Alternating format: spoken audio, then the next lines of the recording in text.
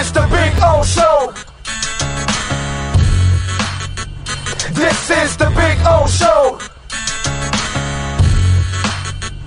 This is the Big O Show.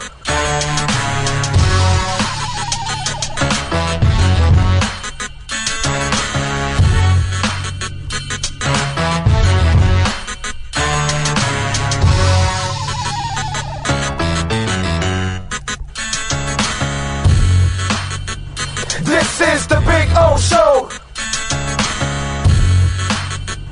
This is the Big O Show.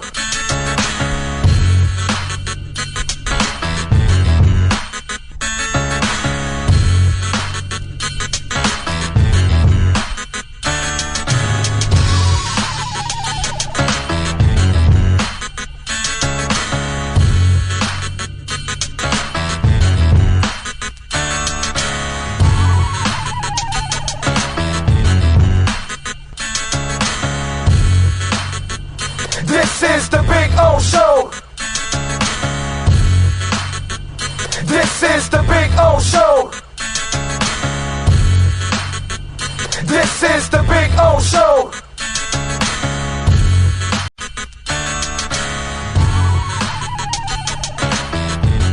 So here's the putting green. See? There you go. Got two flags. One is over there where Cutter's Edge Pro. It's not coming out now. Come on. Come on, wind. Give me a little wind. No, unfortunately. But there you go. And this one says Big O here. There you go. So there's my putting green. It's about, I would say about 25 feet, something like that. I get to practice, have a little fun. See? And then, of course, we got, the bunkers. Got to have the bunkers, man. Got all kinds of bunkers there. You know what I'm saying? So that's a taste of our backyard. There's Maiden right there. Maiden. Bono, how you doing, Bono? Bono. He's a Carolina dog, by the way. These dogs are amazing. Their temperaments are awesome. But there is the Sylvester Palm, which is just beautiful. All right, call my guys, Will and Mike at Cutter's Edge Pro. They will take care of you. Dogs are not included, okay? Can't include the dogs. Those are mine. But the exceptional work, oh, baby.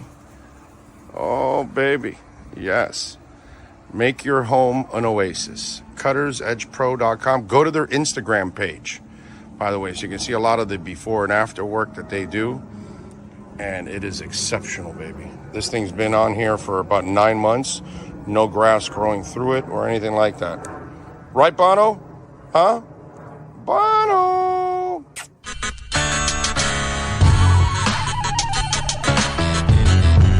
There's no need to drive around South Florida wasting valuable time looking for a new or certified pre-owned Acura. Go to the #1 volume sales dealership in the Southeast United States. Craig Zinn's Acura of Pembroke Pines. Purchase with pace and space in a dealership tailored to your needs. From home buying to providing that personal touch. Contact the 2020 Satisfaction Award winner Craig Zinn's Acura of Pembroke Pines. 888-776-5123. That's 888-776-5123. Or visit them at 15601 Pines Boulevard in Pembroke Pines. For over 16 years, EJDConstruction.com has provided South Florida residents quality craftsmanship, accurate project management, and exceptional service. That's why EJDConstruction.com is an A-rated member of Angie's List and the Better Business Bureau. When you're looking for the right custom home builder for additions or home remodeling, please call my friend Eric at 305-433-4843. That's 305-433-4843 for EJDConstruction.com. When you move, you need a reliable company led by passionate folks eager to assist its customers during a transitional process that needs to be smooth. Call Essential Moving Experts at 844-368-5750 for all your local and long-distance moving needs. You can rely on Essential Moving Experts. Mention the Big O Radio Show and get $150 off. Family owned and operated. They offer free 30-day storage, full service moving, fully licensed, bonded, and insured. Moving was never so easy. EssentialMovingExperts.com. I think I know what this is. Houston, we have a package. Hello? No matter where you are, the Sloman Shield home security system guards your home. With next-gen perimeter protection, 24/7 monitoring, and interior motion sensing. And right now, get a free Sloman Shield security system and doorbell camera, all professionally installed, for free. Shield your world, the Sloman Shield.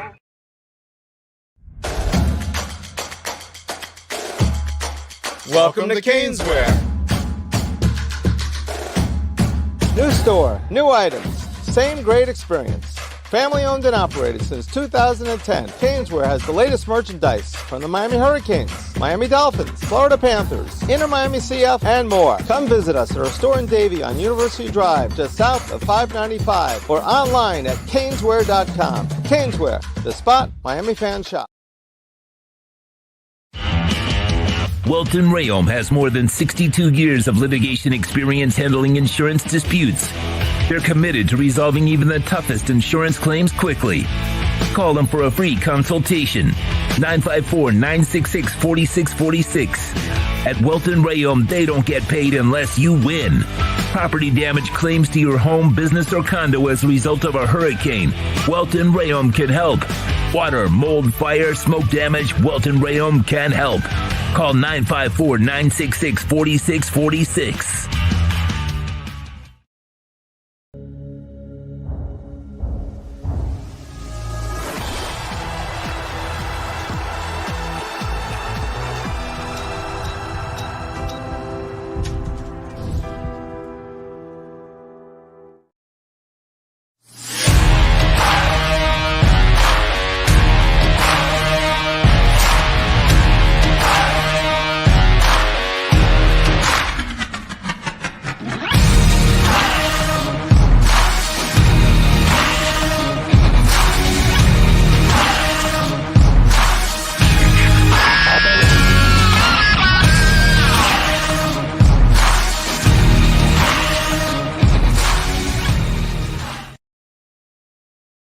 Statements or beliefs expressed on the following program by the host, guests, or callers are not necessarily the opinions of FantasyXS.com, Media Group Inc. ownership, management, sponsors, or website.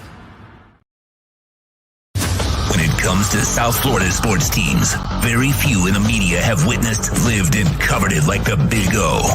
Let's start the program dedicated to your favorite South Florida teams with a passion that's unmatched. The Big O Radio Show is on. Here's the Big O. Alrighty. Good afternoon, boys and girls. We are ready. We are locked and loaded right here on the program, coming to you live from Hialeah Park. And I had them freaking out again. You know, you can always tell the folks that aren't used to 3 o'clock Thursdays.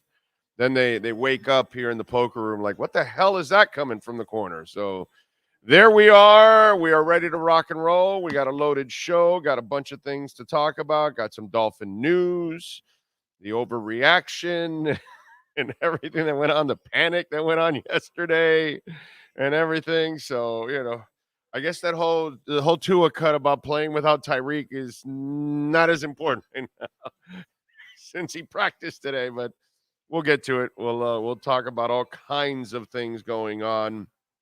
First and foremost, because if you're here, you know, somewhere in the United States, you know, you're pretty blessed right now.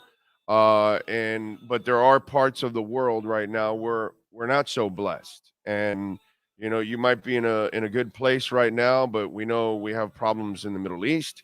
But I do want to mention what happened in Lewiston, Maine last night. Prayers, because obviously that community was absolutely rattled. I think they still have not caught this guy, right? Supposedly. I think they haven't caught this guy. I mean, they remember the other guy was on the run for like 2 weeks. So I don't know. And apparently it's a really wooded area and all kinds of stuff. So we'll see if they catch this bastard. And then prayers to our friends in Acapulco, which, I'm sure there are Americans that are there also in Acapulco because, I mean, did you see that story? No? Okay, so about 150, 200 miles out of Acapulco there in the ocean is a tropical storm, 50 miles an hour. So they're thinking, oh man, we're gonna get a little rainstorm here, some wind. All right, well, let's batter down. In 12 hours, it went from a tropical storm to a Cat 5 165.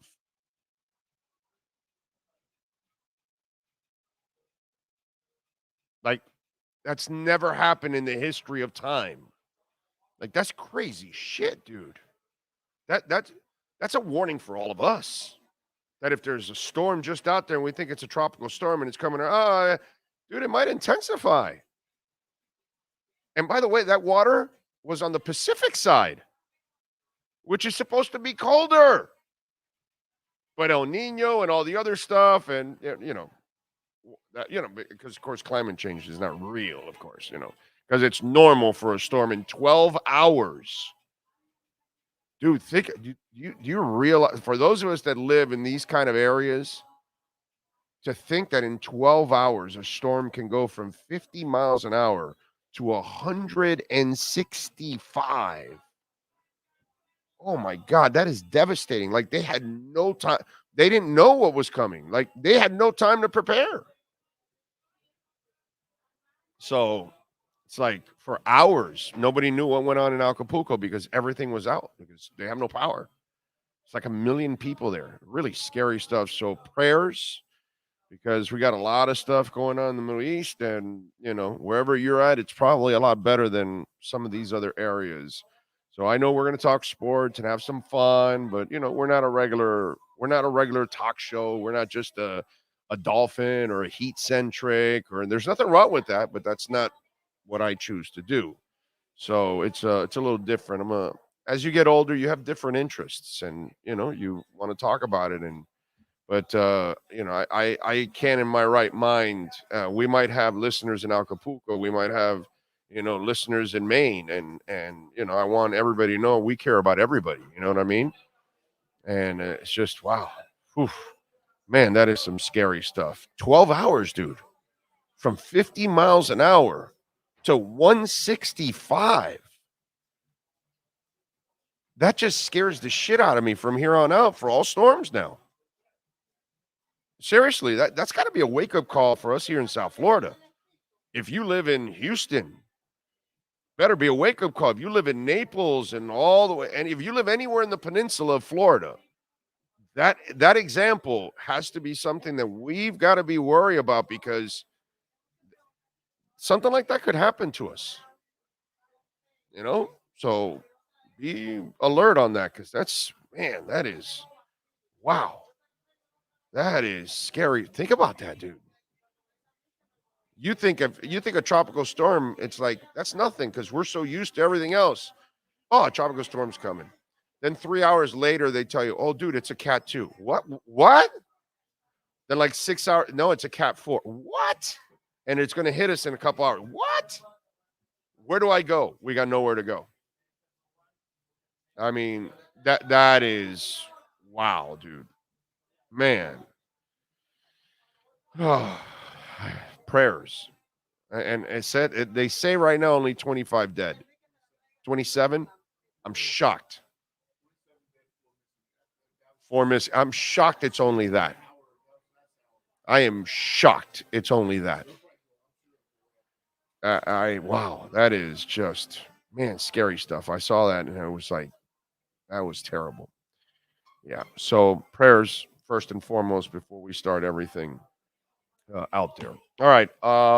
We got a loaded show.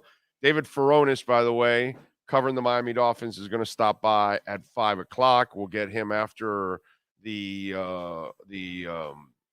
injury notes come out. Remember, the coach doesn't talk today, So the assistant coach was asked about Tyreek Hill, and he left it to the coach, and then Tyreek Hill is practicing today.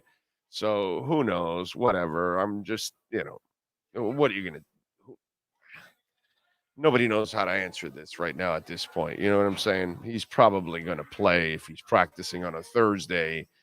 Something tells me it was just kind of a veteran day that he was resting. But it was a nice scare for some of you out there, that's for sure. Last night, did you make some money? How many of you made money last night? Huh? I mean, we give you opportunities to make money on this show all the freaking time, dude. Okay? We told you the Miami Heat are nobody to give. Was it 9 or 9.5 yesterday? What was it? It was 9. It was 9. I told you they're nobody to give 9.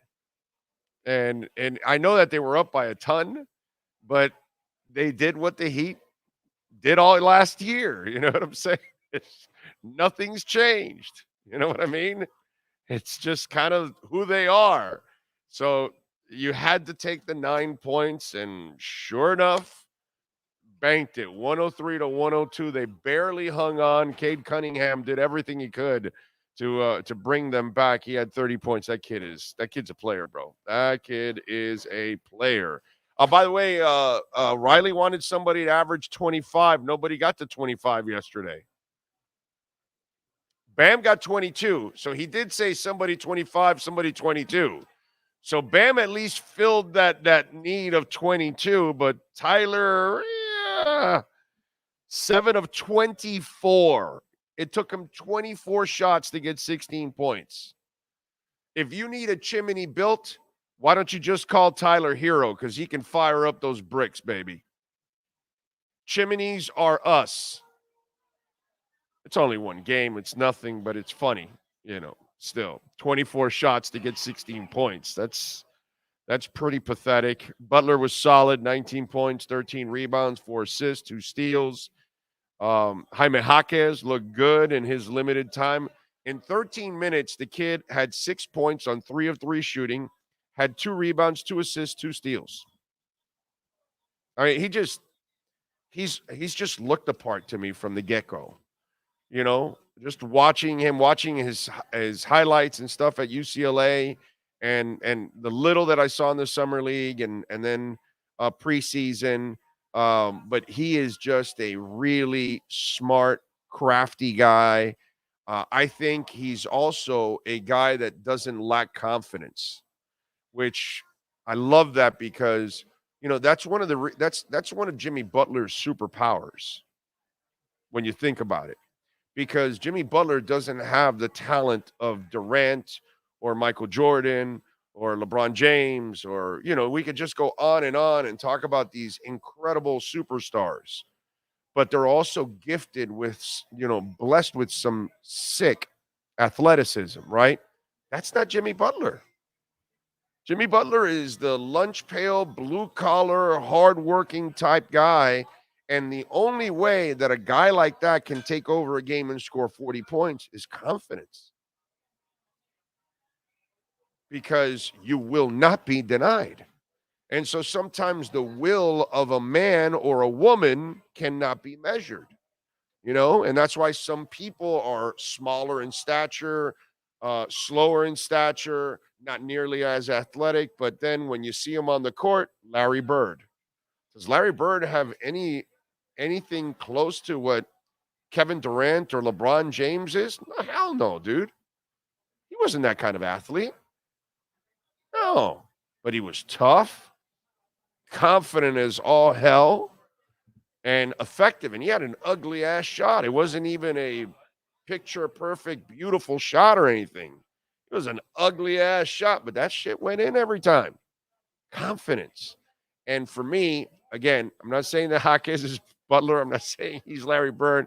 But what I am saying is I love the swag the kid plays with. He is fearless.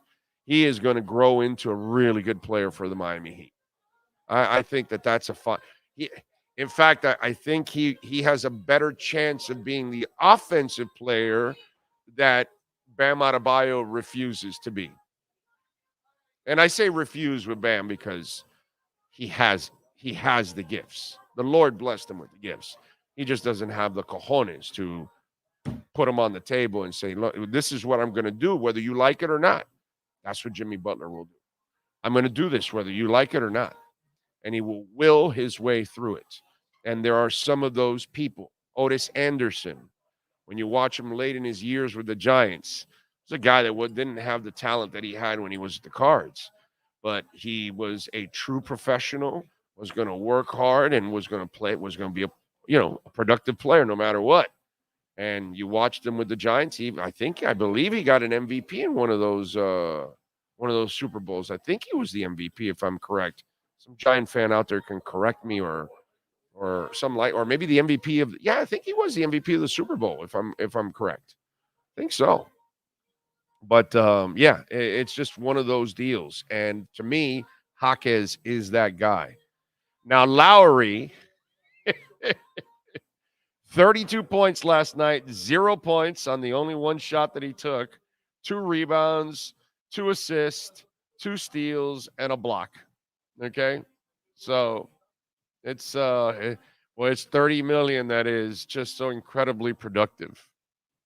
Some guy, because I was having some fun with it, I said, worth every penny of the $30 million. And some guy goes, thanks, Riley. And I tweeted back to him, so did you thank Riley for the championships? Did you thank him for all the division titles, the conference titles? Did you thank him for more winning than most teams have done in 25 years? Did you thank him for all the Hall of Famers that have played here? Just I get it, dude. Riley screwed up. Let's not make it. The Heat has screwed up lately a lot. But what do you want to get rid of Riley or Mickey Harrison? No. And I'm the first to tell you that the Harrisons haven't been spending like they could if they had to for a few years now. And I'm the first to tell you Riley and company have screwed up with their first-round picks and some of their draft picks and things like that. Yeah, sure. But the production is second to none, dude. They still find ways to win. They still have the best coach in the league. They were still in the NBA Finals. Even if you and I didn't think they had a chance to win, they still got to a place that 28 other teams could not get to, So that's not, I always want to remind people, because we did this to Shula. And I have sworn that we will not do this to Riley. We're not doing this ever to Riley. We can complain. We can say, hey, not getting it done, but that doesn't mean get rid of him. No. Just, hey, bro, fix the problem. That's it. Fix the damn problem. Because I don't know who the next owner is going to be, and I don't know who the next GM is going to be. And it may not even come close to these guys. And I'd rather not take the risk. So be blessed every day that Riley's running the show still, okay? Even if he's not landing a whale lately since 2006, by the way. He hasn't landed his own whale, which kind of sucks, but it is what it is. Big O, did you see the Suns are without Beal and Booker tonight? They are doubtful. Whatever, bro. I got to tell you something, Brian. At this point, I can't really get that much into the basketball season. We're in October, bro. These games mean absolutely nothing whatsoever. You know what I mean? It's just hard for me to get all really pumped up about basketball in October. I will watch every minute of it, but in the big picture, none of this means a damn thing, dude. You know what I mean? I don't care if somebody's not playing right now. None of it means anything right now because they don't even take the regular season serious. You know what I'm saying? So it's just one of those where just so much basketball to be played, it's just hard for me to hang on to every little thing that's going on in basketball right now. I see Jamie Zoria in the house out in San Jose, California. Thank you, sir. And he reminds everybody to smash the hell out of the like button, please. I see 42 right now with 140 on the message board. Let's go. Brian Walters in. NorCal is off early today, so he's fired up a fatty. and enjoying the best sports talk on the air. Puff, puff, give. Fins for life. Yeah. Like it. I like it. Smoke it up, baby. Shang to Shang, Big O, your boy Omar and Poopard are having their own. Yes. You're a little late, bro. That's been going on for a while now. Yes, I wish them the best, bro. That's they have a New England beat writer. Yeah, that's good. We will have Mike Reese on tomorrow from ESPN. He will join us tomorrow. Mike Reese is set for 12:30 tomorrow, so we will have Mike Reese from ESPN. I'm happy for them, bro. That's good. John Padilla in Breezy 305 says NorCal is a Dolphin legend. He is. Giovanelli is in. Carla is in. Thank you, Carla. Yes, our dogs are angels. They are awesome. They are my therapy when I get home. You know what I mean? Anybody that has dogs, you know what I'm talking about. No matter how long of a day, you sit there and your dog is going to be just happy, wagging he or she wagging the tail and just trying to make you happy. And all you end up doing is smiling, and, you know, they make you feel different, man. They're special. Ray Sosa is in. Daniel Berry Sports in. Brett Dodger, Dolphin 5413 is in Charlotte, North Carolina. Lisa Rose. Lisa now is calmed down. She was freaking out yesterday, reaching out to me on my phone, like, yo, what's going on? Tyreek's out. We're losing. She did say that. Darius is in New Jersey. Breezy 305. Let me see who else here. It's horrible to think that someone can just pull up to a place and kill innocent people. Prayers to all the family impacted. The guy will probably get life and not the death sentence if he doesn't take his life. You know what I mean? Because usually that's what those cowards do too. Pat in Asheville is in. Coochie Khan is in. Super V. Seems like the weather is getting significantly worse, and it's getting worse all over, bro. Because climate is changing, whether we like it or not. It's the truth, you know. But everybody wants to just some want to politicize a bunch of shit instead of just, facts. It's a problem. A lot of people want to stay away from facts. Let's see. Jayhawk is in. Folks, get hurricane protection installed in your homes, and you should be okay with impact windows and accordion shutters. Your house can be, Jayhawk, that's not a guarantee, my brother. You know, that is not a guarantee. Impact window, it helps. It's better than not having them, but anybody can suffer some serious damage, my brother. You know, something goes flying from something else and rams into your house and creates a hole, and the rest is history. The pressure builds up, and that's just kind of the way it is. Mother Nature, she's undefeated, dude. GR is in Argentina, where you will be voting in a Bitcoin president, sir. The guy that just dropped out of that race just actually backed the lead candidate that I am going blank now, but Argentina is going to have Bitcoin as their legal tender. It's coming. A lot of these countries are going to have that, and it's a smart move, by the way. El Salvador is going to be the geniuses of all the countries. In Central and South America, they're going to go, we should have done what that dude did. We would have backed our reserves with that, and it would have been a lot better than anything else.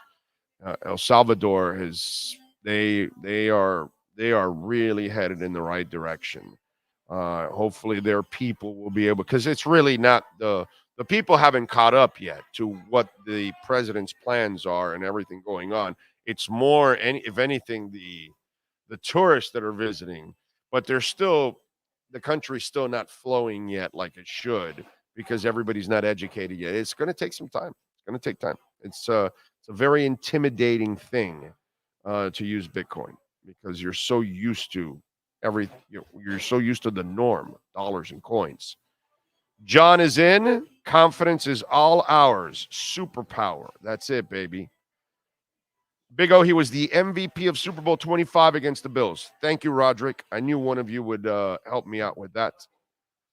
Lowry will make the Hall of Shamers. Yes, he will. David Carson says Riley has PTSD since LeBron James stabbed him. Yeah, he hasn't been able to bring in his own guy for a while. It's been rough. It's been rough in that sense. But I stand with Riley till he wants to walk away. So Michael Lombardo is in South Carolina. Thank you, sir. Ryan AP is in. DTMs. Greeting from Germany. Do you expect any trade activity from the Dolphins? I could see them making a minor move. What I don't expect is what I've told you guys over and over again. You're not going to get a frontline offensive lineman. You're not going to get a frontline defensive lineman. You're not going to get some kind of stud linebacker. That's just not going to happen. You know what I mean? So those kind of things aren't going to be available. But a role player in those areas, I could see for depth purposes. I can see something like that. I just don't see a big trade happening. That's what I don't see. Let's see. Big O, any comment on Hero was playing some defense at the start of the game? LOL. Dude, to me, last night was just about maybe more about watching Jaquez. I just, last night is not a game that I can't measure anything. It's game 1 of 82, There's no substance right now in what's going on in anything in the NBA right now. I love and I'll watch it and all that stuff, but I'm just very half-assed with. I just want to look at some fringe stuff like Jaquez. That's what I wanted to see. Even if somebody scores 25 now, that don't mean shit to me until you start doing it when it matters. In big moments, can you take over and all that? Taking over a game in October or November or December doesn't really impress me. So it's just hard right now for me to go with anything in basketball right now that is of substance. I just want to see some of the young guys to see, okay, maybe you've added now something else to really make your team better, and I think Jaquez will, Big O, your podcast tree is awesome. Because of your platform, others are benefiting quickly from being on your show. You are number one, man. Thank you. I appreciate it. And I wish everybody the best, dude. You know what I mean? So it's awesome. I feel great for all those folks out there because there's other ways to make a living, and you don't have to necessarily, work for a corporation. You can do it on your own. So I'm really happy for people, and I'm good for you guys. It's the best for you guys because you have a variety of things that you can pick from, and you've got all kinds of different shows. So, I am really proud and happy of what, Sean and I have been able to build, and Bill too, by the way. I will never forget Bill Preston, who helped establish this, what we've been able to build. And I know it doesn't rub people the right way all the time, but we're a complete talk show where, we're going to talk about sports, and we're going to talk about life, and we're going to talk about money and investing, and we're going to talk about politics sometimes. And yes, I'm going to jam on Republicans and Democrats because I don't like either one. So I know it's going to turn off some of you. I don't really give a shit, to be quite honest. You know what I mean? And so if just listen, and you'll see that most of it comes out right, actually. So I'm not really that off. So that's the thing, because I don't choose a side. Like I tell some of my friends, that's your problem. You choose sides. I choose Americans. So I know that this show is completely different than anything else that goes on. You know what I mean? And I appreciate it, and I'm glad, I'm happy for everybody that's able to grow and able to do their own thing. I think it's really, really cool. KY Fins is in Louisville, Kentucky. Thank you, sir. Appreciate you. Mateo, thank you First super chat of the day. Rumor chin for Brandon Jones and a 5th-round pick. Who's the rumor? Who? What credible source reported that, sir? That's the question I always have. What credible source reported that? I wait, Mateo. Please tell me who the credible source is. Please tell me somebody that breaks Dolphin stories all the time. Please, Mateo, tell me. It's always the magical question I have for friends, acquaintances, whoever come at me. Hey, did you hear this rumor? Yeah, where'd you hear that rumor? Oh, really? So do they ever break any stories? No. Oh, okay. There's a lot of Dolphin podcasts out there. None of them break any stories. There's a lot of people that write about the Dolphins. None of them break any stories. There's a lot of people out there that talk a lot of Dolphins. None of them break any stories. So, still waiting, Mattel. Who is it? Who's the credible reporter that reported that you're repeating? Because that's kind of the problem. You follow the wrong people that never break anything. They break wind, and then all you're doing is repeating everything. You know, like Dalvin Cook's going to get traded for. And they can't wait for him to be released because they're going to pounce on him.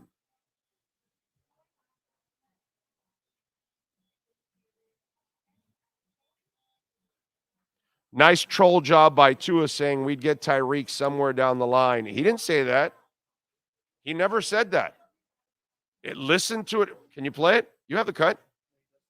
Does he say it? Or does he say at one point, one day or something like, play it. Play it.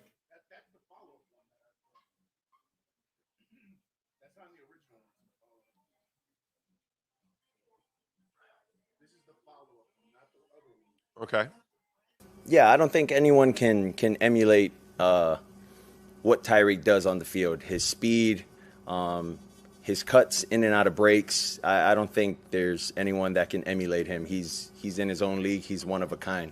But needless to say, you know, I think people forget about the things that Jalen Waddle can do, the things that he already has done for our team since his rookie year. And there's a lot of other guys that I think that, you know, you can't sleep on. You know, if we couldn't have Tyreek, that would be, you know, tough. But the show goes on. You got to continue to play. And somewhere down the line, we're going to get Tyreek back. And, you know, it has to be one of those things where you never let your foot off the gas and you don't lose that rhythm as a team or as a unit.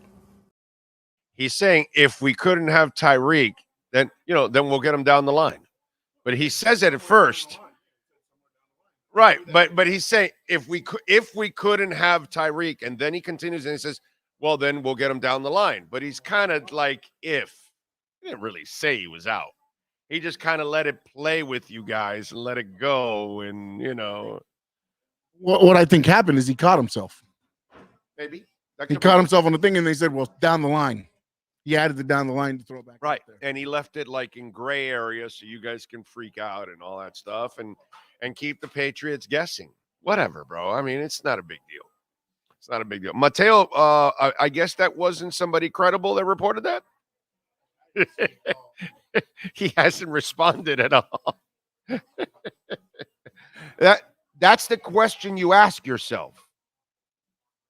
Every time you hear some stupid rumor from some slapdick, sorry, but that's what it usually is, they just ask yourself, does this person ever break stories?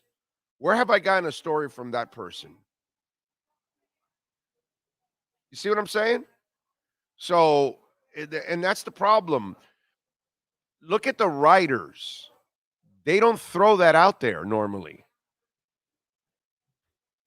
because they don't throw that stuff. The people that are throwing those rumors out there are wannabe media people. Bleacher Reported started the rumor. It's a rumor, and who's Bleacher Report? Who Who reported it? That's what I want to know. Give me the name. Don't give me some general bullshit. Give me the name. And that's what I'll tell you. That's how I'm going to answer your question. That's how you will answer your own question. That's how all of you should answer your own question. Hey, this rumor. Okay, who is this guy? Does this guy have I ever seen him break a story? No. So why would I believe him now? It's a lot of people out there, man. They just throw stuff. It never sticks because none of you ever hold them accountable. It's a problem. I'm not saying that people can't be wrong. We all can be wrong. We can all make mistakes. But these kind of people, they're never right. They're just throwing out there for clickbait. That's all. That's all they ever do. By the way, Brandon Jones is the guy that's starting for the safety if he doesn't play. So it's kind of crazy. Chef Juice says 53 likes for 183 people in the room. Hit that like button. Yes, please hit that like button. Thank you out there. DJ Ozone says Finns need to get some O-line before trade deadline. DJ, nobody's handing you that stuff. You know what I mean? It's just hard, my brother. Really hard. Most teams don't even have 5 linemen. You should know that because we're Dolphin fans. For many years, we didn't have 5 linemen. And then to have also backups, it's hard, man. It's really, really hard. I wish you guys would really, understand that part that we're kind of fortunate here. We're now starting to become one of the fortunate ones with a better O-line situation than most. That's crazy, right? It's not Philadelphia and it's not San Francisco. I get it. But there's only 2 of those, you know? But we're in that tier under that. It's not too bad. It's not too bad. You see anything on Bleacher Report? Oh, they should? Oh, this is a guy suggesting that making fake trades. Oh, okay, I get it. So you went off an article of a guy suggesting a trade, not really a rumor or a real report or anything. Yeah.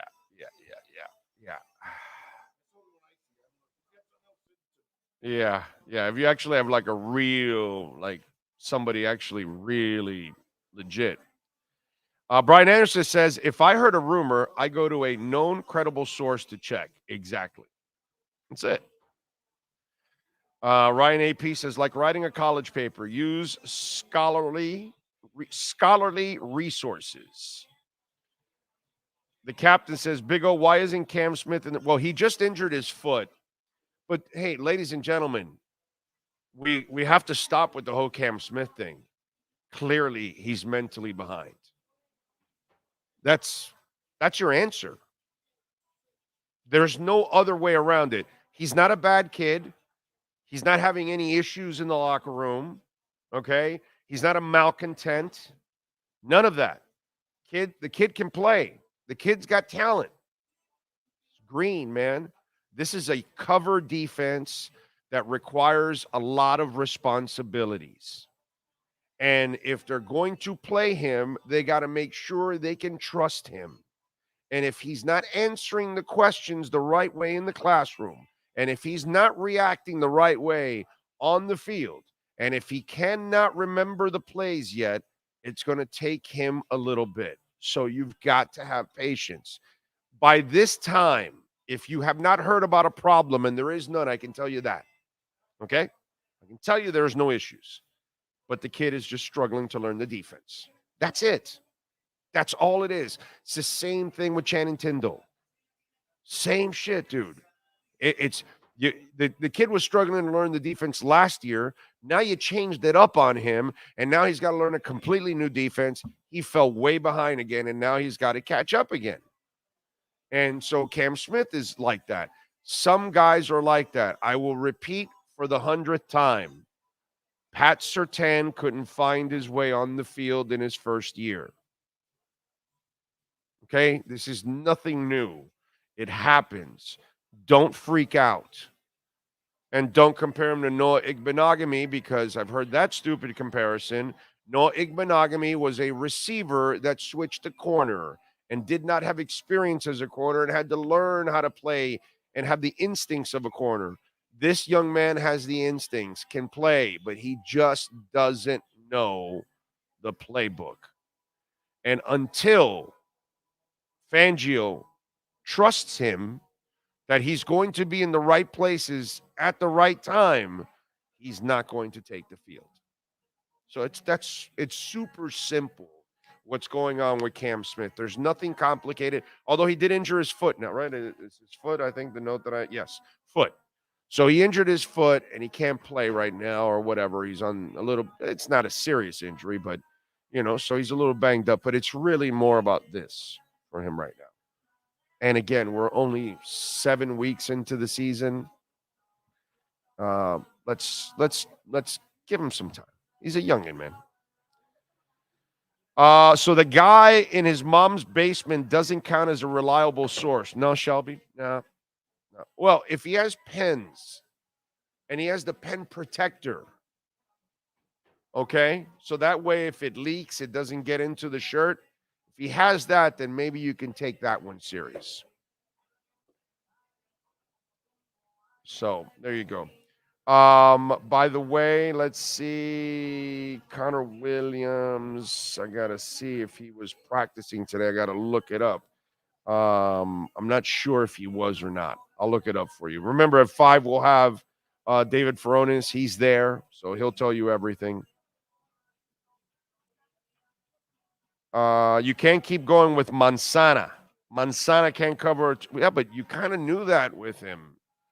It's kind of the way it is. What are you going to do? Until your youngin' grows, you got to rely on Eli Apple, unfortunately. I still remember people believing the rumor that the swap shop was closing because it was being bought by Jeff Bezos. Brett says, Big O, especially rookie CBs out there alone on that island against pro receivers. Yeah, man. You just got to be patient.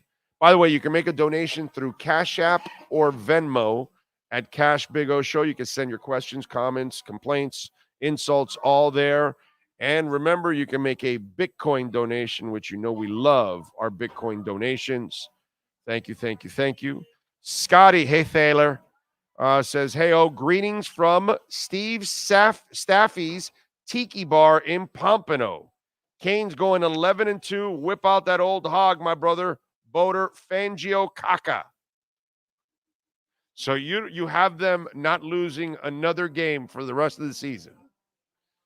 Yeah. I think Scotty, that I think you got to come off that prediction now, bro. Okay? Super V from accounts. Cam Smith was baffling in training, so it's not game speed. No. It's just up here, man. It's up here. That's all it is.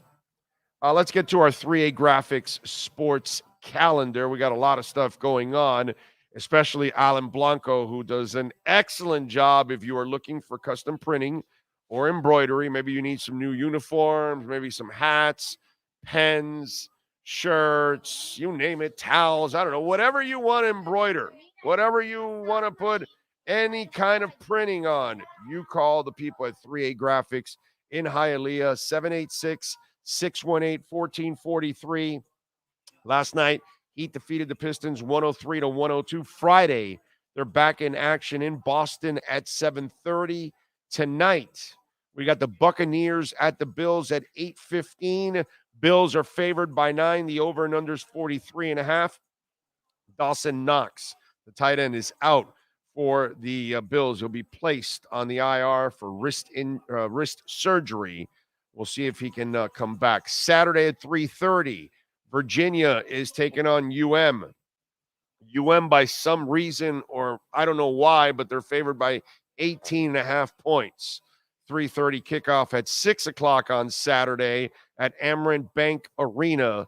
Seattle, the Kraken, will take on the Panthers, who are 3-3 on the season.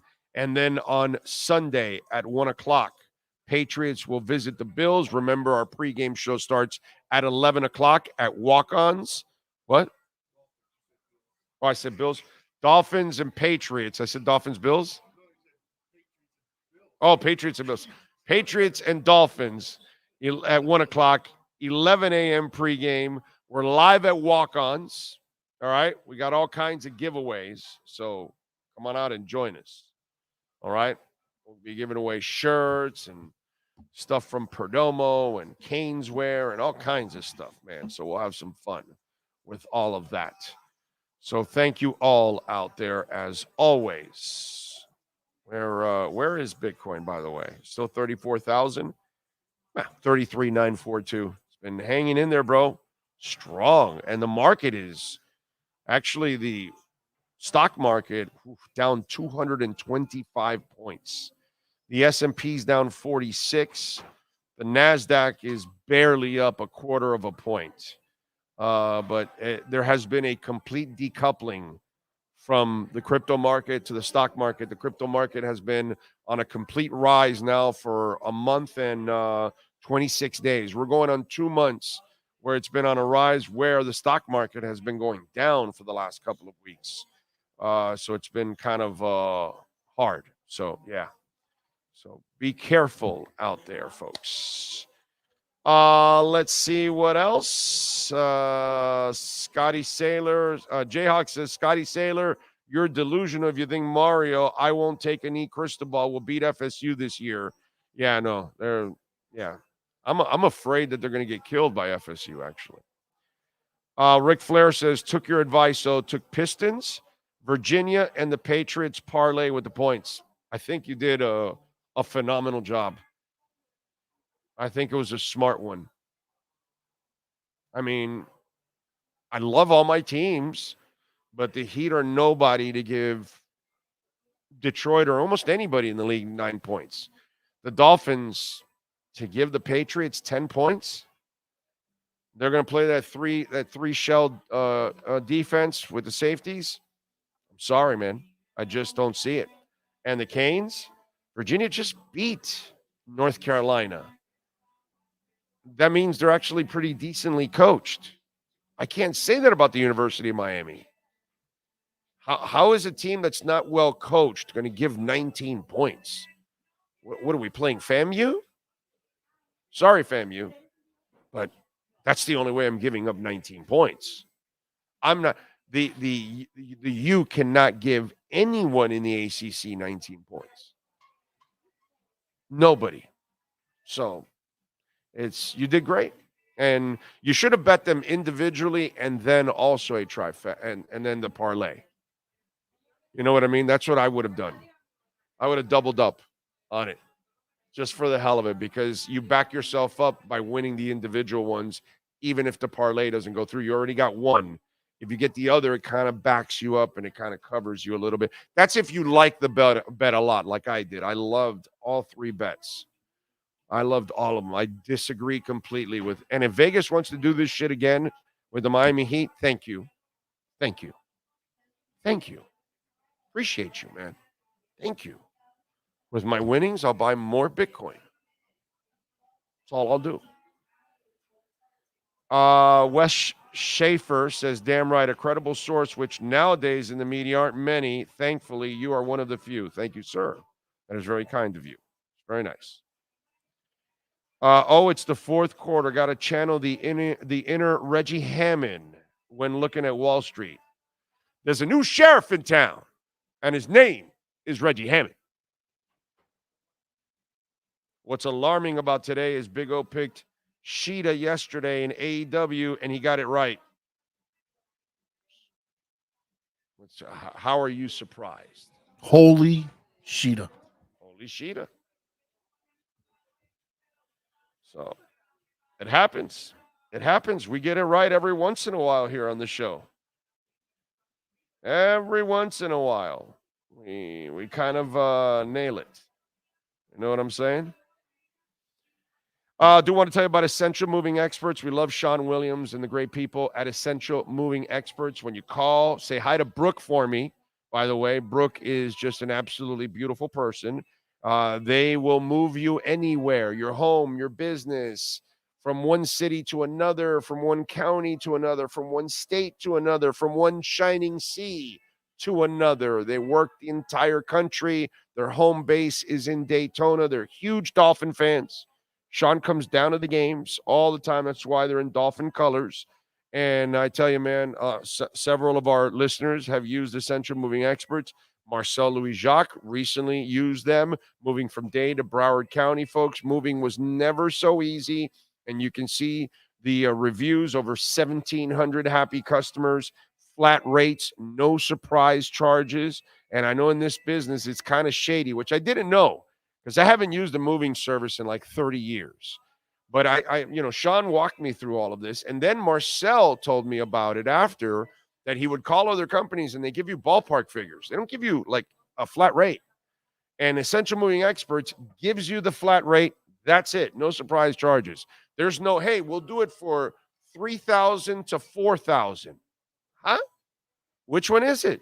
3 or 33 or 3,700 or 4,000? No, we'll do it for $750 to $1,200. Well, is it $750? Is it $900? Is it $1,100? What is it? You can't do business that way. Call Essential Moving Experts, folks, please. They will take care of you. 386-213-4054. Absolutely amazing people. You'll love Sean. Anyway. Long-term thinking and dollar cost average lets you not worry about short-term market volatility. You are a smart investor, Brett. You are a smart investor.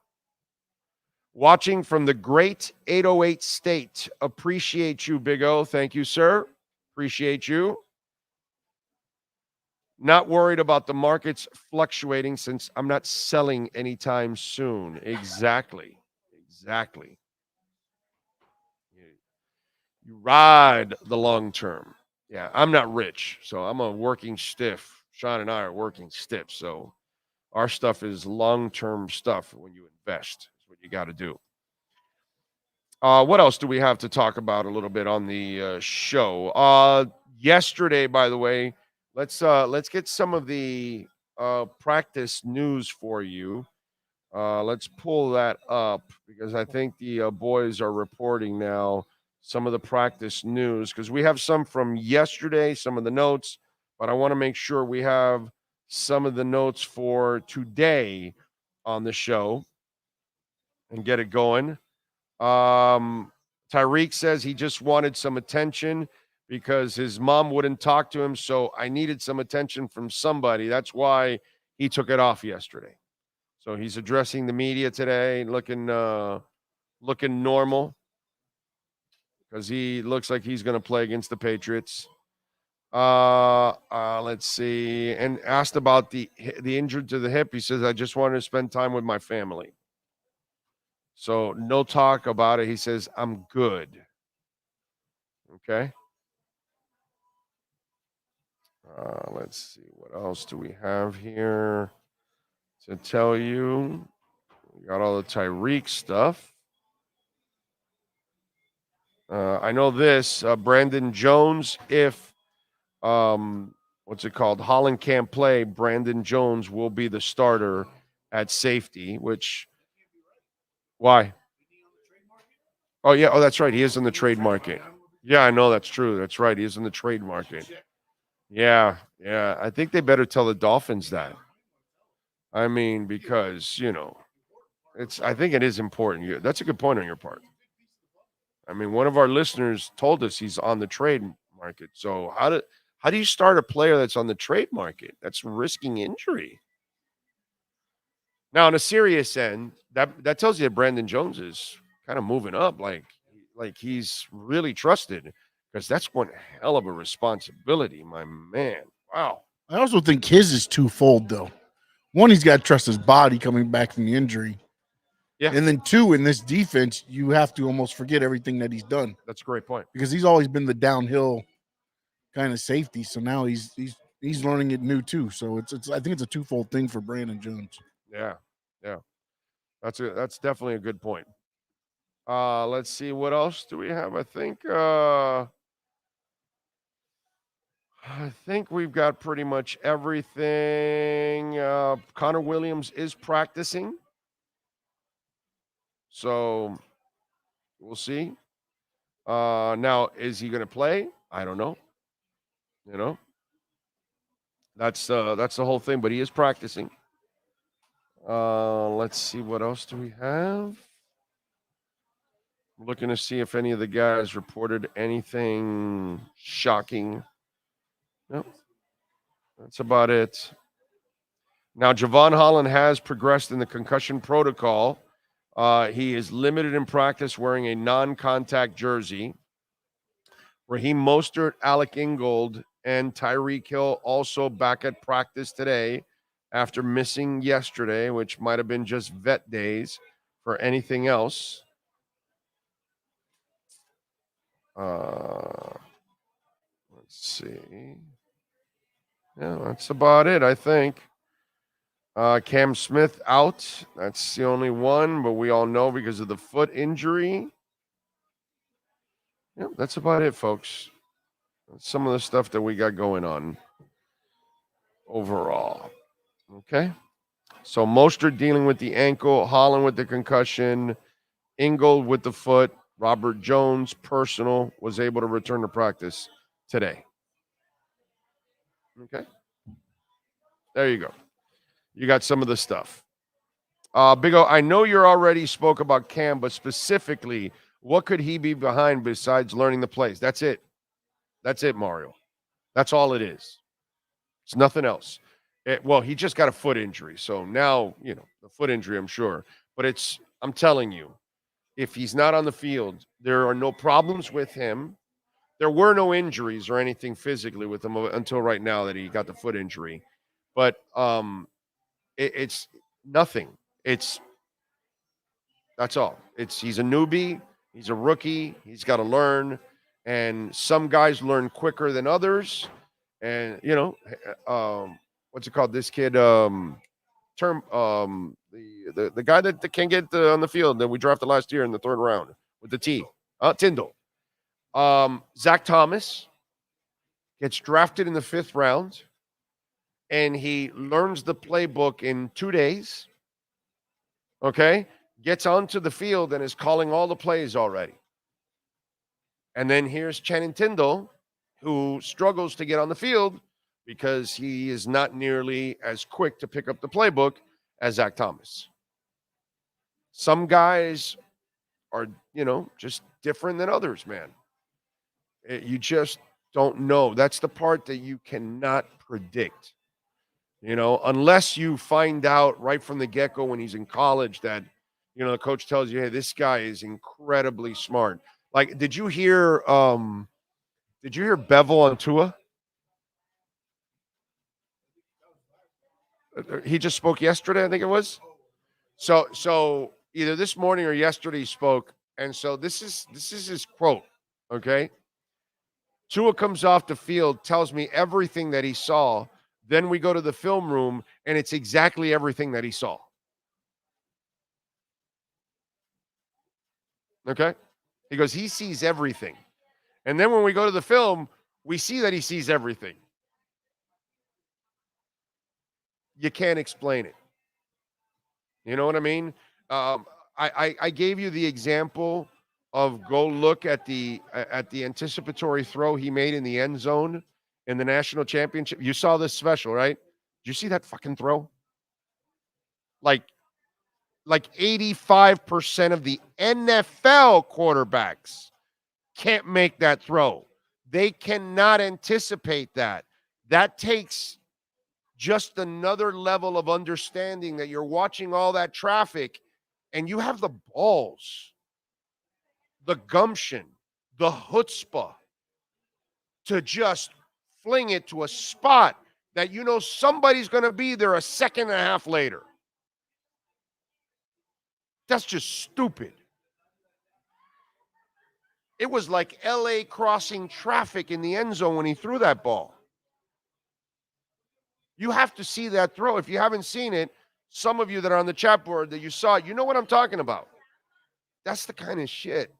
Ryan Tannehill will never, ever.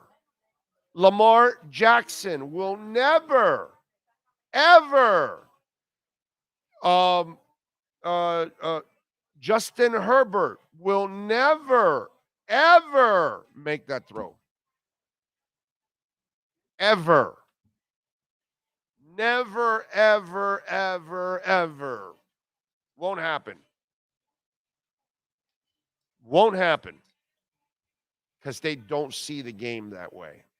And so that's the difference. Whereas Zach Thomas lines up and he goes, oh, I know what you're doing. Another guy lines up and goes, I'm not sure what they're doing. You know what I mean?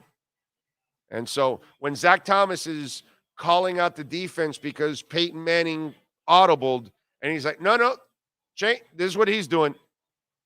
And then Peyton Manning's like, son of a bitch. You know what I mean? They're all different, man. Some people quick and some people are slow. It's just the way it goes, man. You know? And you can't predict that stuff. As you move into the higher levels, then you start testing their intelligence. And then their vision is, Big O, I'm not impressed with Fangio. I know some players don't fit his system, but isn't a good coach to adjust to his talent. For example, how come Brandon Jones not blitzed all year? Well, he's not really a heavy blitzer overall, Jay. So we have to also, even though, by the way, they're pressuring more than they did last year. Actually, they have more pressures than they did last year. So, it's kind of it's a misconception type of thing. You know what I mean? And listen, last year there were a lot of mistakes on offense. You've seen less, although lately there's been a few more than I expected. But you would expect that next year he would have most of his players in place. They will all have experience. This defense should be better by the end of the year also and into the playoffs. And when you get Ramsey back, if you have X and Ramsey, that's going to change things. Yes, sir. No, that's what I was going to say. It's also trust on other players doing their job. Yes. Fangio's not going to blitz, the safety and leave a corner one-on-one. I mean, we saw him get digs all day long, but I mean, again, he's not going to do that.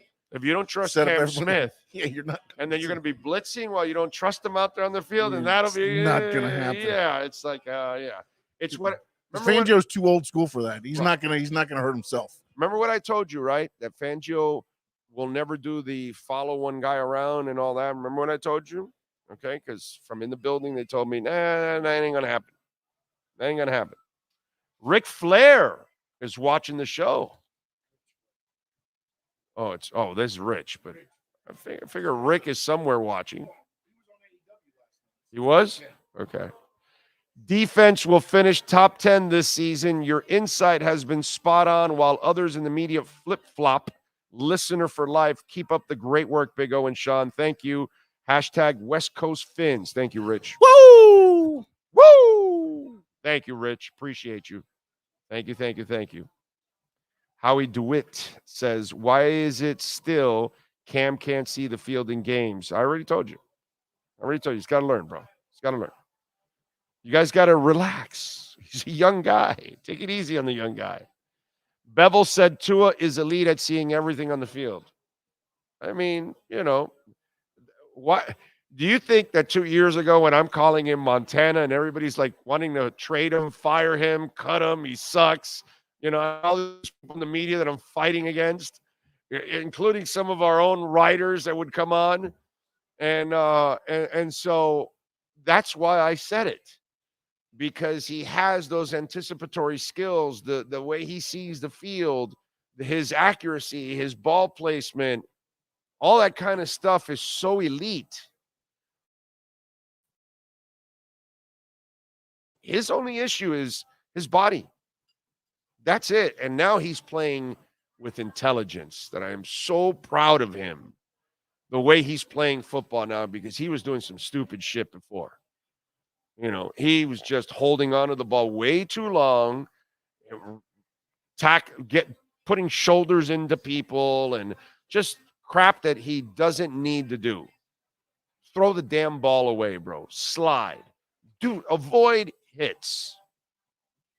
Nobody, we have so much fun because he was our guy, okay? But we have so much fun with Ted Ginn. Oh, Ted Ginn's soft. He ran out of bounds, this, that, whatever. Well, Ted Ginn played like 10, 12 years because he did that. And so did Marvin Harrison, and nobody talks about that. Nobody ever. Why? Because he didn't play here. He played in Indy. So if you didn't watch him every day, but if you go put on an Indianapolis Colts game. Watch Marvin Harrison slide before he gets hit. Watch him sit down before he gets hit. Watch him literally sit down. I've never seen anybody do that. He'll sit down. Okay? I've seen him do that. Slide, go out of bounds. Instead of taking a hit, he capitulated. Bam. He wasn't going to try to fake you out, put a shoulder into you. He knew he was going to lose that war. So why am I going to go to the battlefield? Slide, take a step, sit down, whatever. And he did that, and he had a Hall of Fame career because of that. Because if that little guy wants to start taking on hits because he wants to be a tough guy and get an extra 3 yards, he doesn't play that full career. He doesn't end up in the Hall of Fame. Well, he's not in the Hall of Fame yet, right? If I'm correct, Marvin Harrison has not been put in the Hall of Fame, but he definitely has Hall of Fame numbers. And we all talk about Ted Ginn because he was ours. And we saw the habits that he had, but those habits turned into very intelligent habits on his behalf because it allowed him to extend his career. It allowed him to stay on the field, and he actually developed into actually a decent receiver. Not ever number 9 in the draft. He was never going to justify a first or a second round draft pick, but he by the career he had, he justified third round and on. Third round, fourth round easily. What was that? He is in the Hall of Fame. 2016. Okay. Yeah, he should be. I mean, I just don't remember him because he's so quiet and unassuming. Outside of, you mess with him, he'll shoot your ass. Because he's definitely a gun-toting dude. Irsay? Okay. And also, you see that out of Tyreek, too. He'll dance around, but then when he's about to get eat going down, he's dropping. He's not taking He'll run out of bounds. Yeah, no. If he can't, but you see him, he'll hop around to where, right, and then I'll sit down. All right, I tried. And he'll run out of bounds too when he sees that. Okay, I have no more territory, and here comes a defender. He pops right out of bounds, and I'm like. But I always love when he's hopping around like he's like, I'm gonna break. No, I'll just lay down. That's it. Done. Lay down. That's it. There's no reason to take the extra hit, dude. None. Frankie Fresco, Big O, and Sean, what costumes are you guys wearing for Tuesday? It's on right now. Well, not me. I'm on a costume every day. I'm ugly, bro. That's it. I'm ready to go. In fact, I think kids are going to wear Orlando Alzigari masks to scare other kids at elementaries all over the United States. But I have no plans, actually, to be quite honest. I have no plans to dress up in anything whatsoever. In fact, my wife and daughter went to a school thing, teachers. They went to Saturday. They had a Halloween party. This past Saturday, actually. So, yeah. All right, go ahead. It'll get delayed here. I won't see it right away until you takes a couple seconds. Here it goes. Oh, very nice. I think that's a sexy outfit you're going to wear. There you go. All right. Who is this? Bastion Booger. Okay. Bastion Booger. Bastion Booger it is. What can I tell you? Let me tell you about Perdomo cigars. And why don't we do this? Why don't we give the Miami Heat a victory cigar? Barely. They hung on by an ash. 103 to 102, folks. And if you haven't been to the Perdomo Cigar Factory right here in Miami Gardens, 5150 Northwest, 167th Street, right off of the Palmetto and 57th Avenue, you'll see the building. It says Perdomo Cigars. They've got, man, a couple $1 million of cigars in that building, man. That's where they ship cigars all across the country. Folks come straight from Nicaragua. right where the farms are at, where they grow all that beautiful tobacco off of that volcano ash, man, in that ground. It is so rich. And I'm telling you, whether you're smoking the 10th, the 20th, the 30th anniversary, or the Lot 23, or the Fresco, you name it, the double-aged 12-year vintage, check it out for yourself. Go to perdomocigars.com. Go to your nearest cigar store. Ask for it by name or search, of course, right here. Go to Miami Gardens. And we do have Perdomo lounges all over the United States, in Pompano Beach at the Smoke Inn, in Georgia at D&D Company in Haram, Georgia, in Hoover, Alabama, Cigars and More in Patton Creek, in Trustville, Alabama. The Trustville Cigar Company is out there. They've got a Perdomo lounge. San Antonio, Texas, Club Humidor in Thousand Oaks has got a Perdomo lounge. Check it out for yourself, perdomocigars.com. There we go. Tyreek's podcast from today said he's getting ready for the Pats. He's playing, dude. Come on. He's practicing on a Thursday. He's playing. Yeah, he had a vet day yesterday. People freaked out, all that. I like how Tua kind of went along with it. That was good. Big O in a 12-team full PPR with Mahomes at QB and Kincaid would be my new tight end. Would you trade my Kelsey for Eckler? No, I would not. I would not trade I would not trade Kelsey for Eckler. No. No. They're not, they don't care about him over there with the Chargers. So they'll milk his ass and break him down, and they don't care because they're not going to give him a long-term contract. I would not make that move. Travis Kelsey is not a guy you ever trade, man. Yeah. The season is long, and in fantasy football, you can find other running backs. Others will develop. So just work the waiver wire, man, and work the right backups. Find the injury-prone running backs and find the key handcuffs, and try to see if you can get an in that way. Ginn returned the punt and a kickoff in the same game again. Well, he won that game for the Dolphins against the Jets. He beat Darrelle Revis for a touchdown in that game. That's why I like Tyreek Hill a lot. He avoids the big tackles and hits since he always goes out of bounds to protect himself. That's why he's avoided the big injuries. Exactly.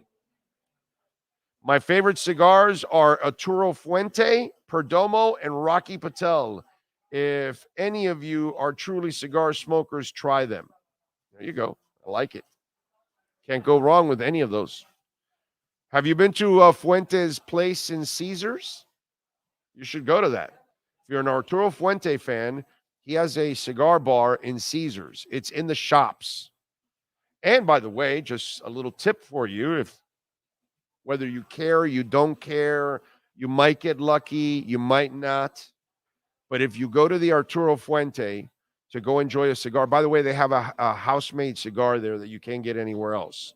A Fuente cigar there that you can't get anywhere else. It's pretty good too. Across from it, directly across from it, is a sports memorabilia place. And Pete Rose is constantly there signing autographs in the afternoon. Okay? I don't know how many times he goes a month, but he goes several times to that place. I don't have the schedule. I never look at the schedule. I never know. Or maybe you can find, I don't even know the name of the sports memorabilia place that's in the Caesars shops, to be quite honest. I don't even know the name of it.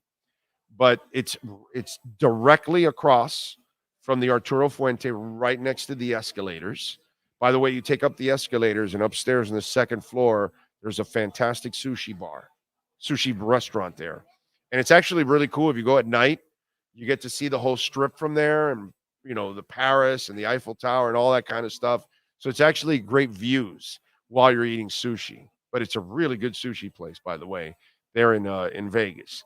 Just a little tip if you want to enjoy it. But again, Pete Rose, if you're old enough and you care and you want to meet him and get his autograph, you can do it there if he happens to be there.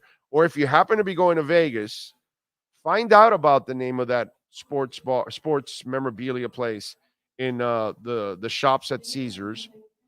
And maybe you might want to find out. Maybe on their website, they'll tell you when Pete Rose is going to be there signing. And if you happen to be in town at the same time, you can go meet Pete Rose. Mateo, Cam Good at Inside. I love Cam Good. I've been a big Cam Good guy since he got picked. Was he a late draft pick or an undrafted? I think he was a late round pick. I think he was. But 2 years ago when they got him, I like the kid. And so I'm hoping that he, can find his way on the field. He's got size. He's got athleticism. He's got some physicality to him. I think he has the goods to play inside and outside. But again, this is one of those things that you have to kind of develop with Cam Good. So we'll see. But he hasn't gotten enough yet for us to make a full determination on it. But I kind of like Cam Good, dude. I really do. Big O, do you think Greer can find anybody at a good deal to help us before the deadline? Jeff, what's his history? He does that all the time. He finds guys all the time. So yeah, hell yeah, I feel he can find somebody. I just don't think he's going to find a star, but I think he can find somebody serviceable, a role player or something like that can help out. I think so. The sports memorabilia place is awesome, Big O. Yeah, no, it is. It is actually a nice place. It is a nice place. But again, I just tell you because some of you are obviously sports fans and maybe some of you like Pete Rose and you may want to meet him there and, Field of Dreams and what? TriStar. I think it's Field of Dreams. In the shops because there is two of them. In the shops, there are two sports ones. But it's the one next to Fuente, for sure. That I can tell you. Because I've seen Rose there 10 times. Easily. Never stopped to get my own autograph, by the way. They're doing different people signing? Oh, Pete Rose is at Mandalay Bay? And at MGM Grand? Okay. So anywhere else? Is he going to that other place in Caesars? Maybe they're done with him. Maybe he's done it already too much there. I don't know. Big O, is there a new crypto coming out that would be good to invest in? Paul, let me explain something to you. What you want is a good company to invest in, and you want a good one because a new one may be untested, but one that is still, if you want a great bargain, right? Is that what you're looking for? Okay, I could give you a couple of really, really, really, really good bargains. Okay, all right. Let me start off with Atom. Okay, Atom right now, Cosmos is at $7.03. It's a steal. I'm not a financial advisor. I'm just a guy that loves crypto. Just want to make sure I put that out there. Okay, if you go on Exodus, you can stake it at 20%, 20.85%. So you buy your Atom, you stake it, and you're getting 20% on it. So you're adding to it. Okay, which is amazing. Polygon is going to explode. It's at 63 cents right now. And you can stake it in many places. Exodus has it at 4%. So you can stake it and keep earning 4%. Great deal. Cardano was a young coin a couple of years ago, and it shot up to $3, and it wasn't ready to grow. It didn't have DeFi in place. It didn't have its own stable coin, which now it has. The metaverse wasn't on there. They now have all of that going on. They've got businesses being built on their blockchain now. So now Cardano is ready to grow. And if it's at 28 cents and it went to $3, it's going to surpass $3. I think Polygon's going to go to $7 to $10. Okay.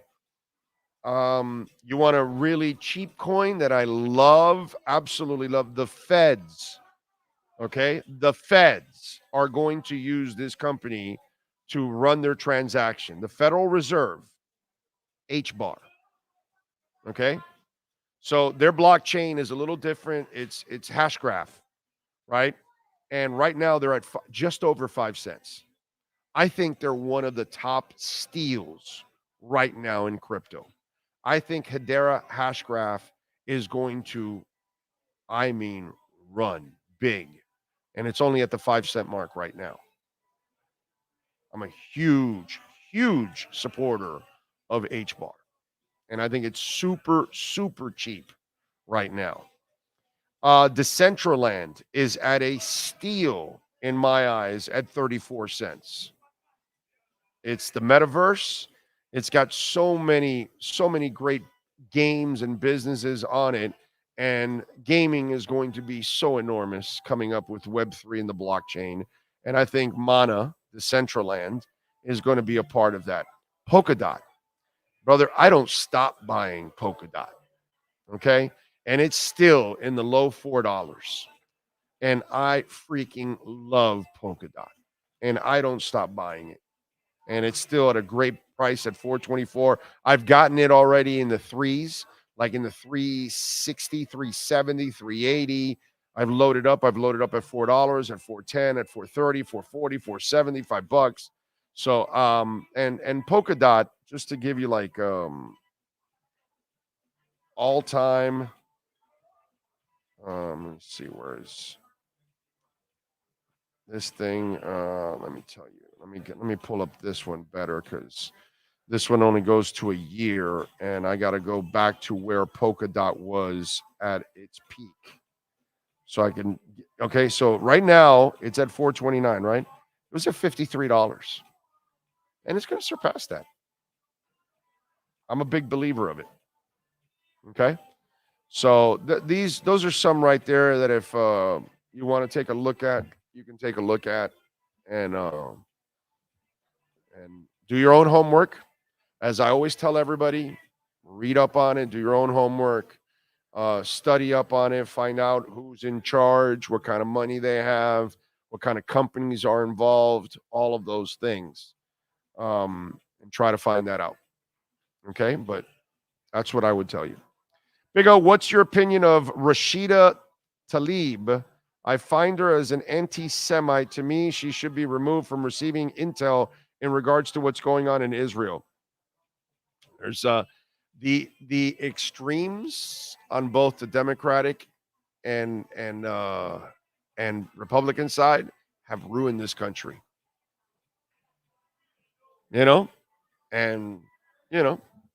So like her and a few others that definitely have a different agenda.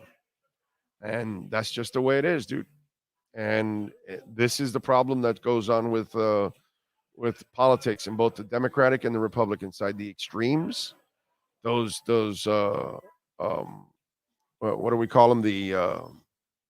Those radicals, they're the ones ruining everything. Most of us that are more moderate in the middle, and that we can, come to an agreement and respect our differences. These people on the Democratic and Republican side, they only want it their way. They only want to see one kind of people, one kind of way, their way, and that's it. And that's what's ruined our entire, whole system that we have going on right now. So, yeah, not a fan. What can I tell you, my brother? But there's a lot of bad people. And, think about it. Who votes her in? Those people actually voted her in, just like Marjorie Taylor Greene. Like Matt Gaetz. Like, what kind of stupid people are in the panhandle of Florida that think Matt Gaetz actually is something good for our country? So, yeah, I'm not AOC is another one that drives my ass crazy. So, yeah, there's a bunch of them on the Democratic and Republican side that are they're garbage, bro. They're not Americans. And that's the problem. So, anyway, yeah, Rose had a sports bar in Boca. Yep, long time ago. Yes, sir. Big O, what do you think about Crow I used to like Crow, but then when the crap hit the fan and they changed all their rules, and the good thing is it's still a great exchange. Okay, I still use it to buy and move my crypto off of it, but I buy most of my crypto on Crow, so I love the exchange. The exchange can be trusted, but I don't like their stable coin anymore. I used to be a fan of it when they were doing things the right way, but then when they took away all the features and everything else that we used to have as Crow holders, and then it plummeted, I took my losses and I got out. So I am no longer a Crow guy, I have to say. Okay. Sometimes you have to take a loss. Sometimes you see a company, and Algorand was one that I loved.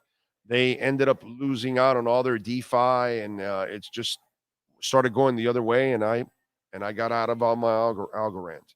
Sometimes you got to take the loss, man, and you got to move on. But you got to also do your homework so you know what's going on. Big O is dressed like a clown every day, Frankie. We know this exactly. Every day. I just need the red nose. They need to put German refs in the Finns versus KC game so we don't get cheated. These refs seem to hate the Finns. I think it's because we're the only ones undefeated team in professional sports. Yeah, I doubt that. German referees would be interesting. Thanks, Big O, for your political opinion. You have balls, and it's one reason I watch you each day on YouTube, even though I don't always agree with you. That's the idea, baby. That's the idea. Well, I'm going to get a bunch of you to disagree always because I'm going to slam a Democrat. I'm going to slam a Republican. So, I equally, take shots at everybody. So, yeah, I am guaranteed to piss everybody off. That's for sure. Big O, checking in on how you're sleeping. Remember, you had some problems in 2021. I never sleep well, Anthony. I've never slept well. Maybe I'll sleep well after the bull runs over.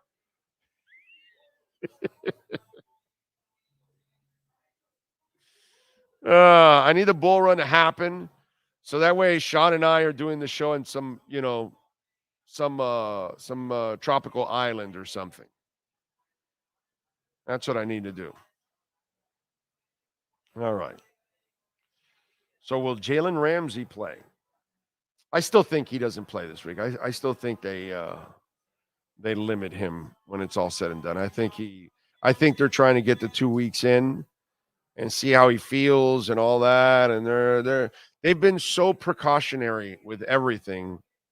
I would imagine that's what they're going to do again.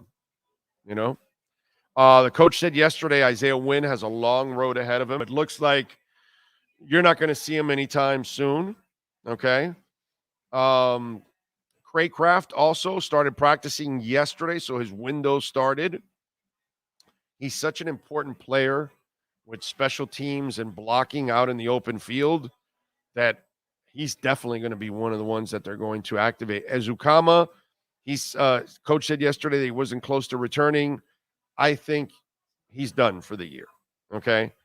Javon Holland is progressing in the concussion protocol. You saw today he was wearing the red jersey. Jalen Ramsey had an uptick in his participation, not just on the scout team. So he's practicing with the regular team, but I don't think they're going to give him full reps. That's why I still think that this is a second week of seeing how he progresses. And then next week, I think it's a full go practice.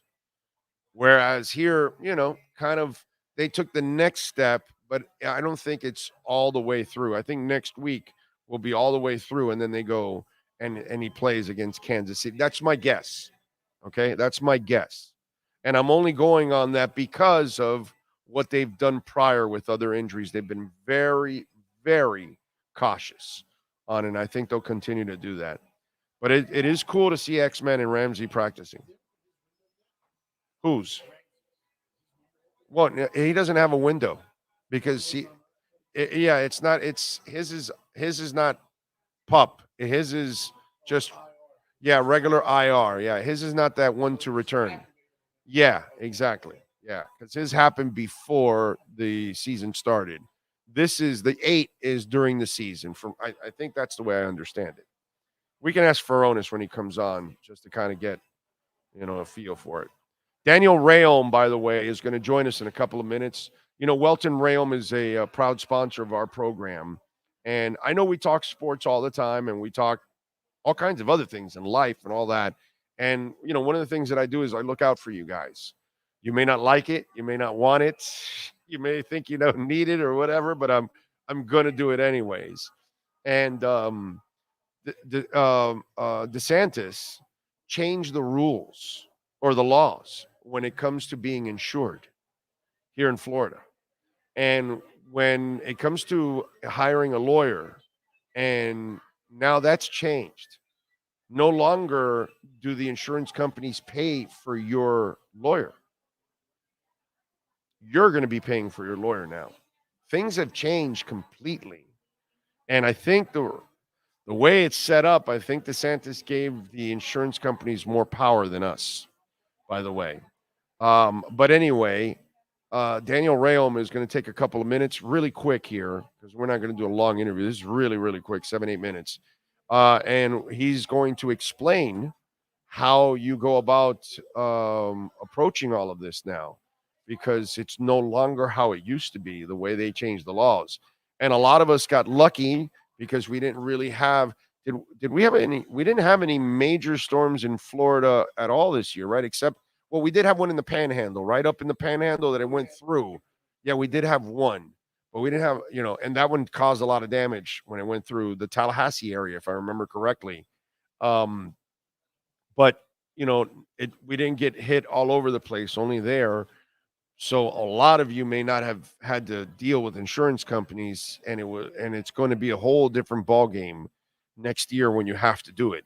So I want to walk you through it, and Daniel also is going to tell you exactly what has changed, so you're kind of prepared for it. Okay, I think it's really important. They are one of our sponsors, and this is my idea, but not even their idea. This is my idea. Because I said, hey, guys, you got to explain this to us because, most of us, we own homes and we have insurance and we don't know how, to deal with this. You know what I'm saying? So Daniel's there. All right, let's bring him up. Daniel Rayom, of course, Welton Rayom. We've been telling you about Welton Rayom now for a couple of years. Great sponsors of our program, 954-966-4646. There is one of the two partners, Daniel Rayom. He's also a stunt pilot, by the way.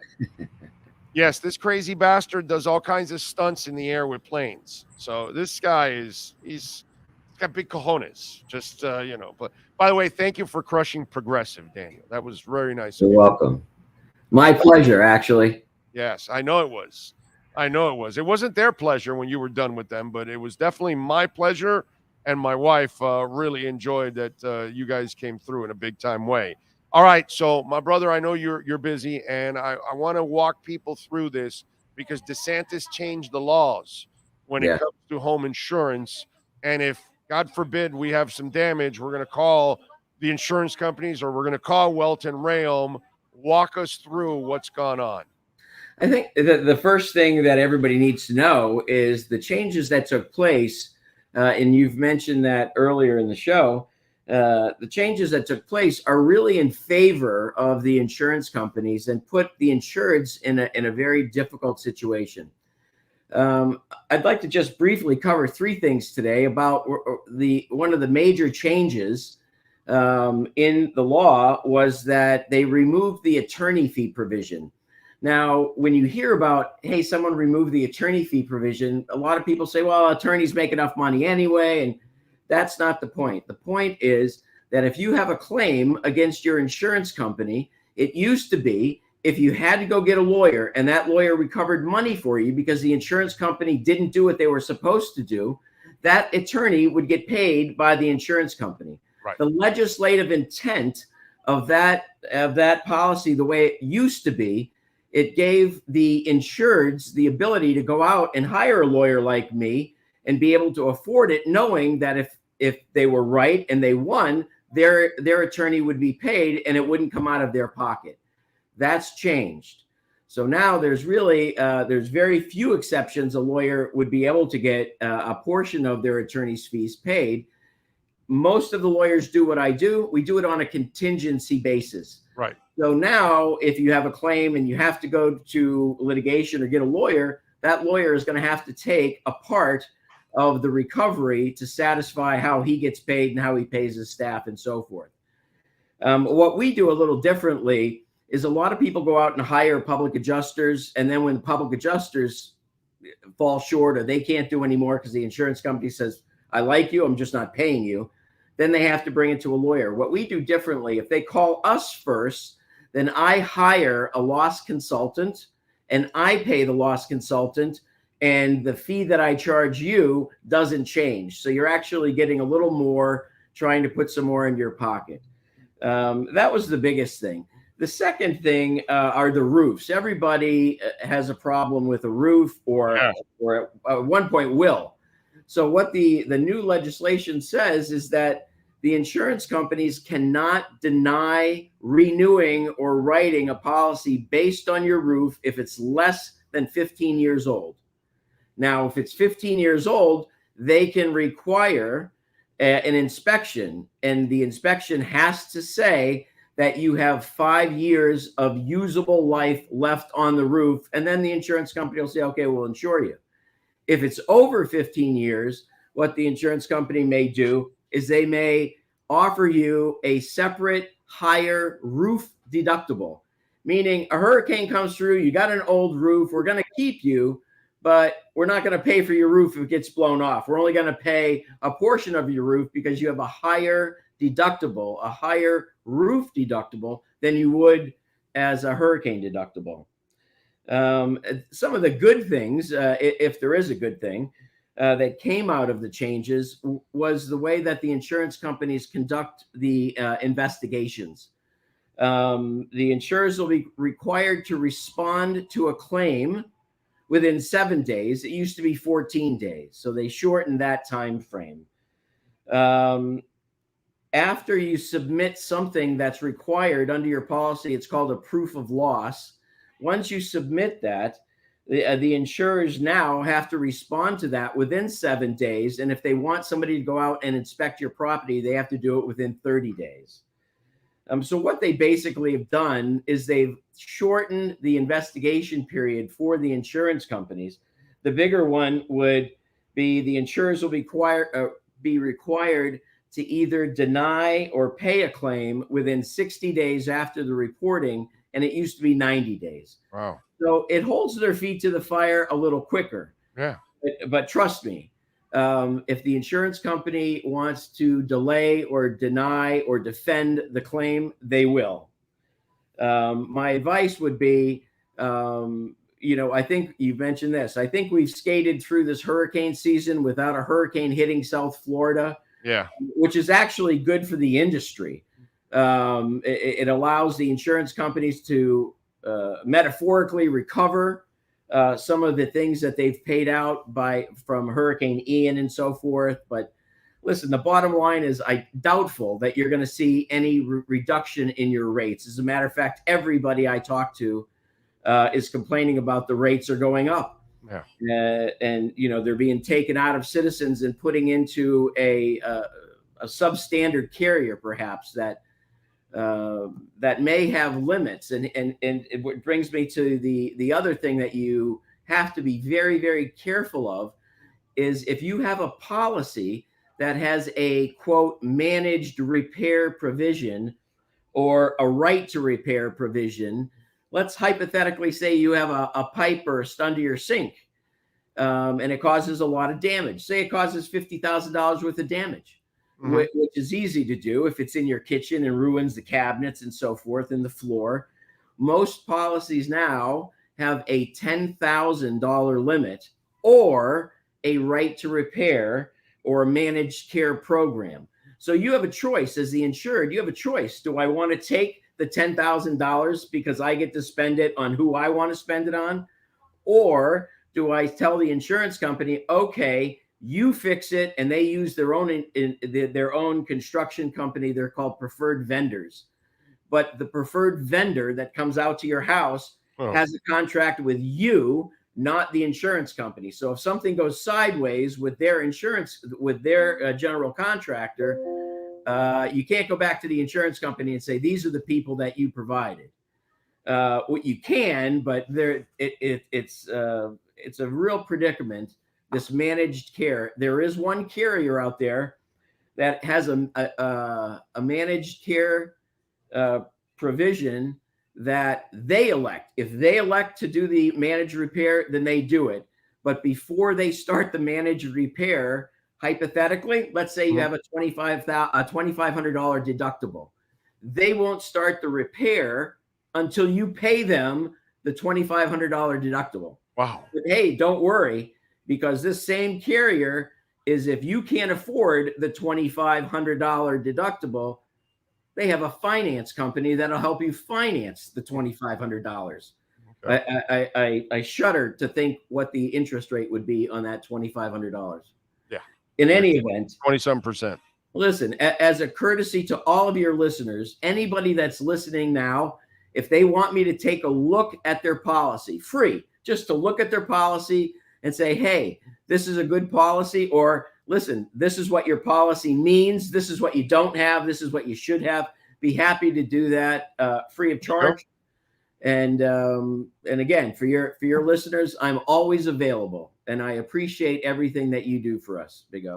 Thank you. No, we appreciate you, my brother, because this is something that is going to be very important, especially for Floridians. And maybe, the things have changed, and it kind of puts us a little bit of a disadvantage here. Yeah. And I've been wanting to do this because I want to get out that information to people. And I know we're a sports show, but we're really not a sports show, because we kind of talk about all kinds of things in life. And this is something that affects us Floridians. So I appreciate you, Dan. Thank you, my brother. Okay. Well, listen, the next time I come on, there are some other issues that are literally percolating right now, which are going to affect homeowners. And that is, right now, there's a matching statute in Florida. Let me briefly explain what that is. So let's say you have a pipe burst under your sink. It ruins the cabinets in the floor. The lower cabinets are ruined. The upper cabinets are fine. The matching statute in Florida now, as an example, says, well, those upper cabinets have to be matched to the lower cabinets, because you can't match the lower cabinets if they're destroyed or damaged beyond repair by the water damage. This type of loss in the matching is very important, because it allows people to go out and have a matching set, and that's what the intent is for. What we're seeing now is, in some of the policies, they're actually putting a limit on the matching statute. So bottom cabinets are 20 grand, top cabinets are 10 grand. We're not going to match the proposal is we're not going to match the top cabinets for 10 grand. We're going to have a limit on the matching of 5 grand. Now, all of those numbers and this whole thing is still in the works, but little by little, the insurance companies seem to be picking away at their policies. So you're paying more and getting less. Yeah, figures. Yeah. Just kind of like when you go to a restaurant now, you're like, man, there used to be more on this dish when I used to order it. So it's kind of the same thing. This is crazy. This is crazy. All right, Dan, I appreciate you, my brother. Thank you for. Well, listen, thanks for having me. And again, anything that your listeners need, please give me a call. Yeah, listen, if you guys need some help with your policy and you want them to look it over, reach out to Dan and Jeff, 954-966-4646. Dan, appreciate you, my brother. Thank you for looking out. You got it. There you go. Daniel Rayo, man, and they can help you in anything. Bankruptcy, homeowner property damage, condo damage, criminal defense, business owner claims, commercial litigation, personal injury, all of that there for you. Please reach out to Jeff and Dan at Welton and Rayo. Good stuff. Good stuff. Thank you. Ricky Williams will be in Sebring on Friday at Gold Leaf to launch his cannabis product. Yes, that is awesome. The problem is that there's a lot of fraud in South Florida, so that's why you just can't blame the insurance companies. Both the people and the insurance companies like to take advantage. That's true. It's very true. It's very, very true. But it still screws us. Okay? And for I wrote it there for you, but Hedera Hashgraph. H-bar is the acronym. Is that what it is? When you abbreviate something? The acronym, like Bitcoin is BTC and Ethereum's ETH, H-bar, Hedera Hashgraph, H-bar. So yes, that is one of my favorites that I happen to be involved in. Anyway, so we thank Daniel. That was good. That was good and scary, because I think they have too much power now. Is what's going on. You know. That's what it looks like to me, unfortunately. Baptist Health of South Florida. We love talking about Baptist Health of South Florida. Why? Because they're the official sports medicine provider of the Miami Heat, Miami Dolphins, Florida Panthers, Inter Miami CF, FIU, FAU, Orange Bowl, Miami-Dade County Public Schools, Miami Open Tennis, and Miami Marathon and half marathons, folks. And, of course, you don't need to be a professional to go where the pros go. The doctors at Baptist Health Orthopedic Care can see you now. Visit baptisthealth.net/ortho to request an appointment and get yourself back into the game. It's a beautiful thing. And you'll love the folks at Baptist Health. I know because I have visited Baptist Health many, many, many, many, many times over the years. Let's get to, by the way, speaking of music and entertainment, anybody living in Orlando? Tomorrow night, I'm going to be in Orlando. Okay, when I get off the air at Acura, I am driving up with the wife. We're going to go see Dirty Honey. You know, I've told you one of the best young bands on the planet is Dirty Honey. I've seen them twice. This will be my third time seeing Dirty Honey. And I'm going to some place I've never been to in Orlando. It's called the Beecham. It's at 46 North Orange Avenue. And can't wait, bro, because I freaking love Dirty Honey. Okay? They are fantastic. I've turned some of you on to Dirty Honey in the past here. Some of you have checked it out and you loved it and all that. They're not coming to South Florida. So I'm used to this, dude. I drive up to Central Florida or West Coast sometimes because some of the bands that I want to see just don't come here, you know, or demo or whatever it is. We're too Hispanic or whatever. I don't know. We're too Central and South American. I don't know what the hell it is. But apparently, you know, my peoples, I apparently don't like a lot of rock. So, you know, I end up traveling to go see some of these bands because they don't like Dream Theater, which, by the way, so good that Mike Portnoy is back with them. I saw all that all on social media. Every time I go see Dream Theater, it's never here. I have to go to Orlando. Every time I want to see Slash and Miles Kennedy, they go as far as Orlando. You know, Lizzie Hale, love Hailstorm. She doesn't go she goes as far as Central Florida. You know, it's just, it sucks, dude. It happens a lot, a ton. And what are you going to do? You know?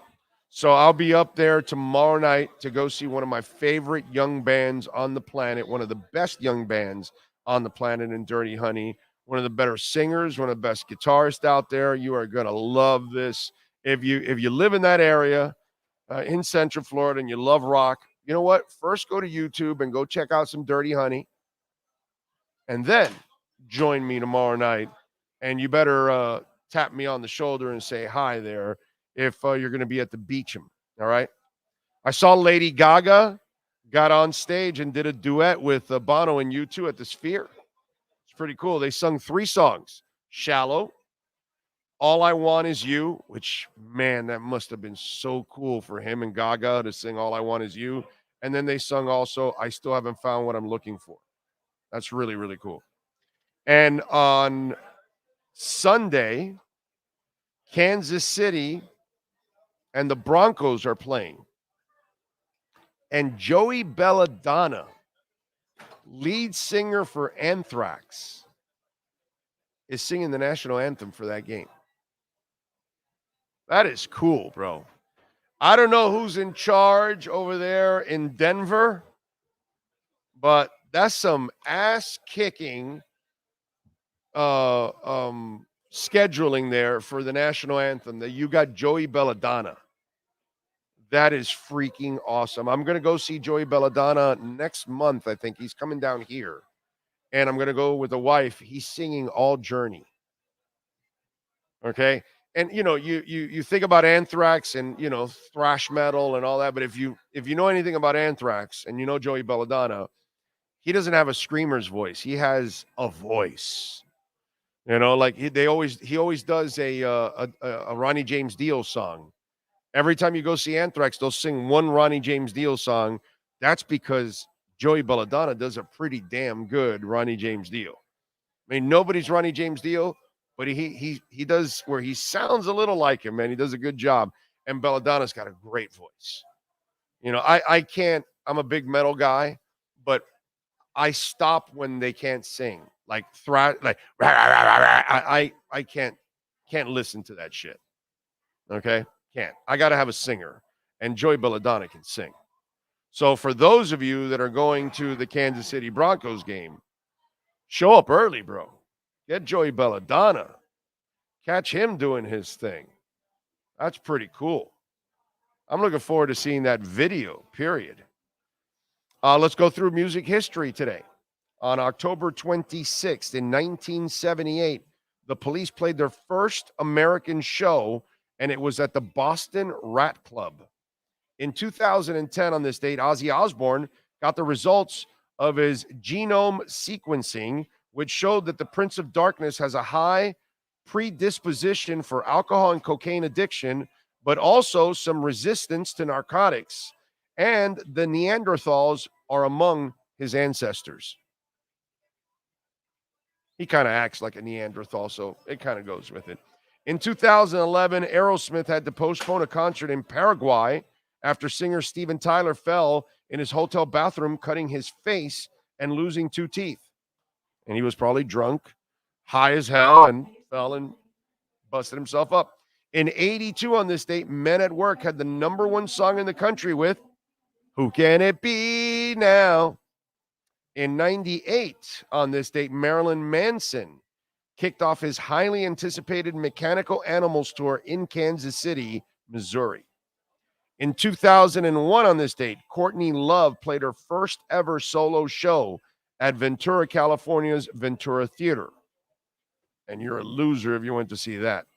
In 2004, Apple launched the U2 Special Edition iPod, which featured the red click wheel and a custom engraving of the band's members' signatures. I still have that iPod. It doesn't work, but I have the iPod. I bought that iPod. Oh man, my problem with that iPod was it had a very small memory, and it was like I had way too many CDs for it. And I packed that one in really quickly, and I had to get rid of it, unfortunately. Let's go through birthdays in entertainment. Hillary Clinton is 76. Seth MacFarlane is 50. Keith Urban is 56.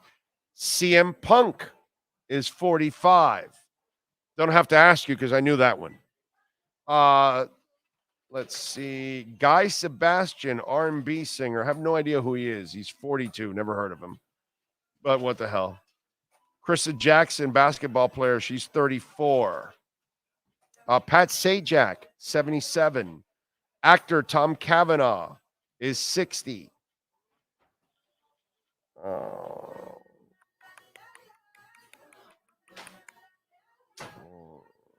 Who else?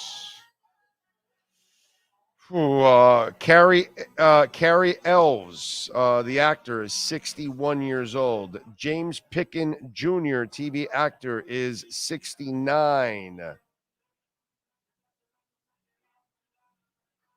Rosemary DeWitt, actress, is 52. Dylan McDermott, actor, 62. The greatest and hottest and most beautiful Charlie's Angel ever, Jacqueline Smith, is 78. Yeah, I said it, Farrah Fawcett fans. Yeah, I said it, Cheryl Ladd fans.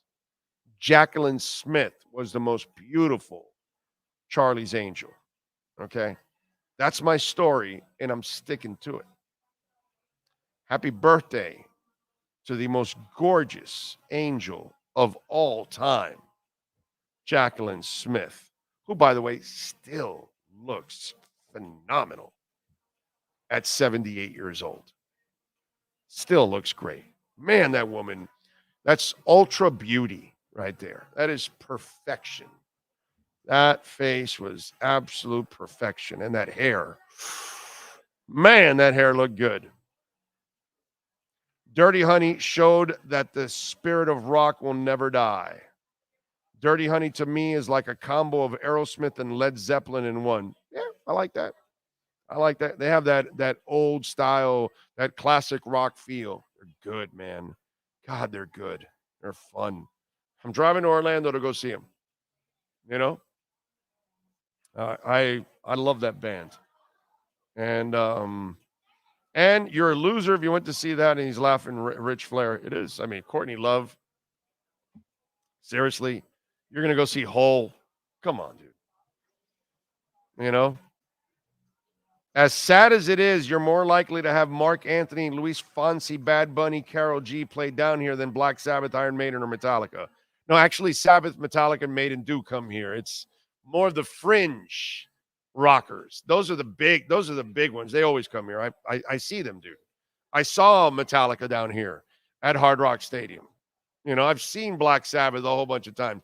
Iron Maiden comes down here in every tour. In fact, Nico lives here. You know what I'm saying? So you were on it, but you used the wrong examples. It's more of the middling type, the ones that can't automatically fill arenas and stadiums. Those are the ones that don't come here all the time. Those are the ones that kind of leave us behind. Big O, I'm too old, 46, but talking about Charlie's Angels, aren't they in a nursing home by now? Yeah. But have you seen Jacqueline Smith? She still looks great at 78. Still looks great. All I'm saying is, in their heyday, I can't forget Jacqueline Smith in her heyday. I mean, that was like must-see TV back in the day. Can't forget somebody's beauty.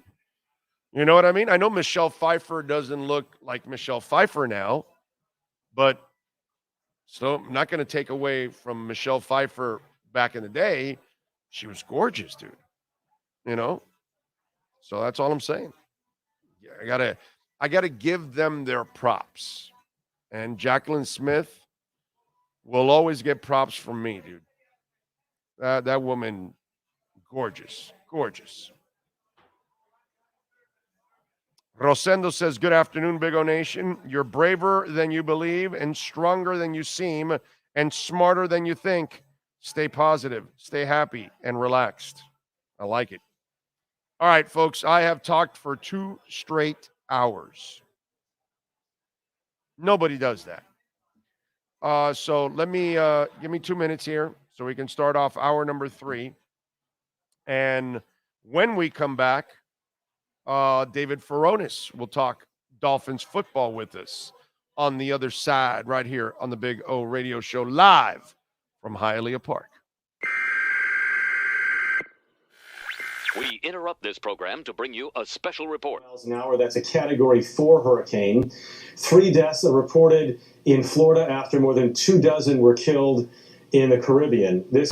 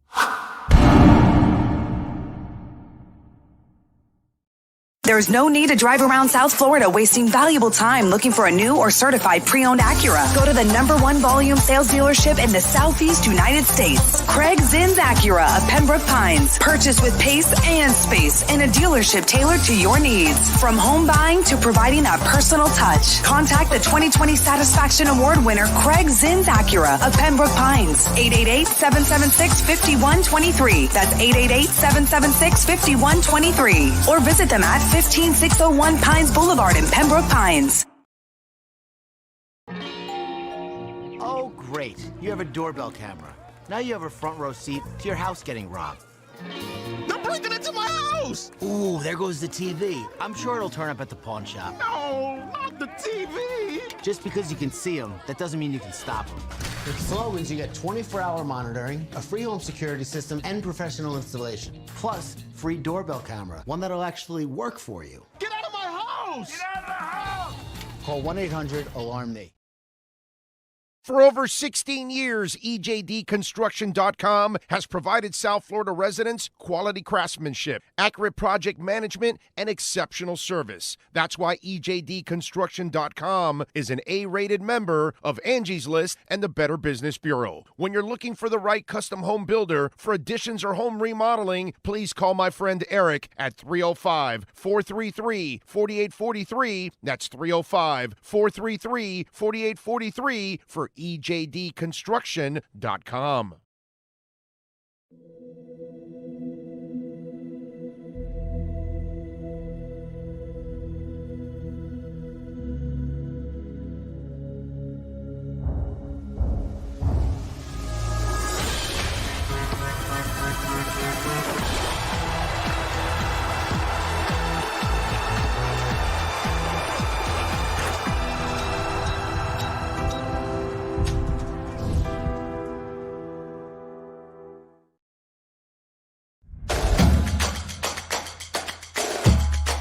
Welcome to Caneswear.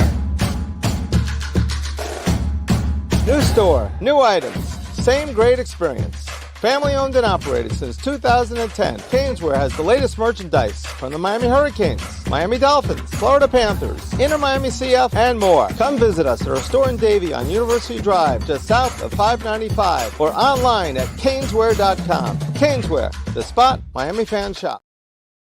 When you move, you need a reliable company led by passionate folks eager to assist its customers during a transitional process that needs to be smooth. Call Essential Moving Experts at 844-368-5750 for all your local and long-distance moving needs. You can rely on Essential Moving Experts. Mention the Big O Radio Show and get $150 off. Family owned and operated. They offer free 30-day storage, full service moving, fully licensed, bonded, and insured. Moving was never so easy. EssentialMovingExperts.com.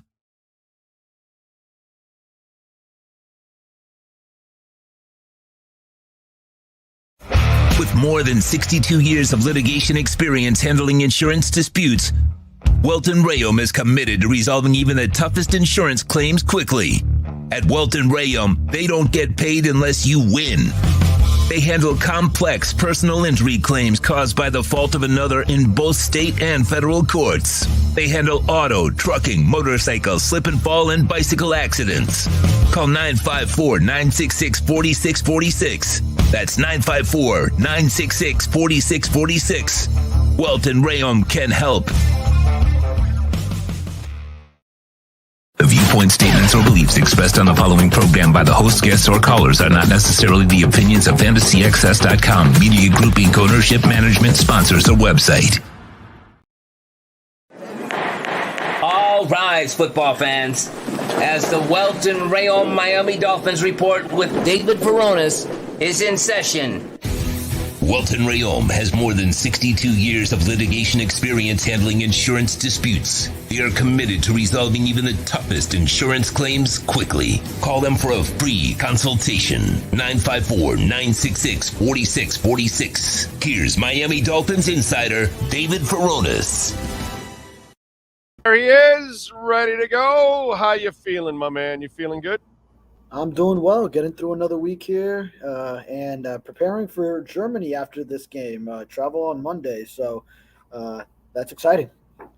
Yeah, so you're looking forward to a little Wiener Schnitzel? Yeah, I guess I have to get up on everything German very quickly here. All right, so the panic on Tyreek calmed down now because everybody was panicking because he didn't practice yesterday. So, what's your gut tell you? Was it just a vet day, or is there anything underlining here? Well, there's got to be something because you do report injuries on an injury report because a player is receiving treatment. So the team has to, under NFL rules, report that. So, and it wasn't just written as veteran rest. It was a hip injury on the injury report for his practice absence on Wednesday. So there is at least something there, but doesn't seem like it's something that is enough to keep him off the field. Tyreek Hill, who is always the optimist and always upbeat, said he's going to play. If I could quote him, he said, yeah, I'm good, baby. So Tyreek Hill is projected to be good to go by Sunday. Yeah, if he's practicing today, he's playing. You know, sometimes I could see the one where they go out there and try something on a Friday. That's a light day. That's the one that you can kind of say, yeah, that doesn't mean he's playing. You know what I mean? But once you practice on Thursday, for me, that means 95% you're playing. How about Ramsey? What do you think happens with Ramsey? I still think they hold him out this week. When I heard the press conference yesterday, and he said that they ratcheted up a little bit from him from scout team, that I almost feel like they're not really giving him a full week of practice, like all the way through. I think they kind of did the scout team last week. Now they did a little bit more. And then next week, I kind of feel like they'll go full board and get him ready. But your thoughts, you're there. What do you think? Yeah, I mean, that could be it. So it's telling to not get any reps with the defense and then finally now do that. So it would be a natural progression if they say, okay, well, we gave you now the regular practice week, even though although it'll be limited probably unless he has a full practice Friday, but he's limited on Wednesday and Thursday officially according to the injury report. But at least getting reps with the defense. I would have liked if he got a little bit of game action under his belt, even if it's not a start, even if he's not playing every defensive snap like the way a star cornerback normally would. If he got some action against the Patriots, and that would help you leading into that Kansas City week, a week that will also involve travel and then practicing abroad in an entirely different country, not let alone like last year they did the LA trip and LA, they practiced at UCLA in between the games against San Francisco and the Chargers staying on the West Coast. This is just a whole nother country that you're going to. So that would be sort of some difficult circumstances to go into your first game into. So I would like it if he could get some action, but it's totally understandable if he's just not at that point and ready. And Mike McDaniel's not putting any firm timelines on it. He just wants to see him progress and then let it play out. I've heard that a lot from a lot of people, what you said. Well, get him a little playing. Problem is he's not going up against an elite receiver. Yeah. So it's not like your challenge is going to be incredible against Kansas City. You're going up against a group of decent receivers. The only thing elite there is the tight end, and you're not covering the tight end.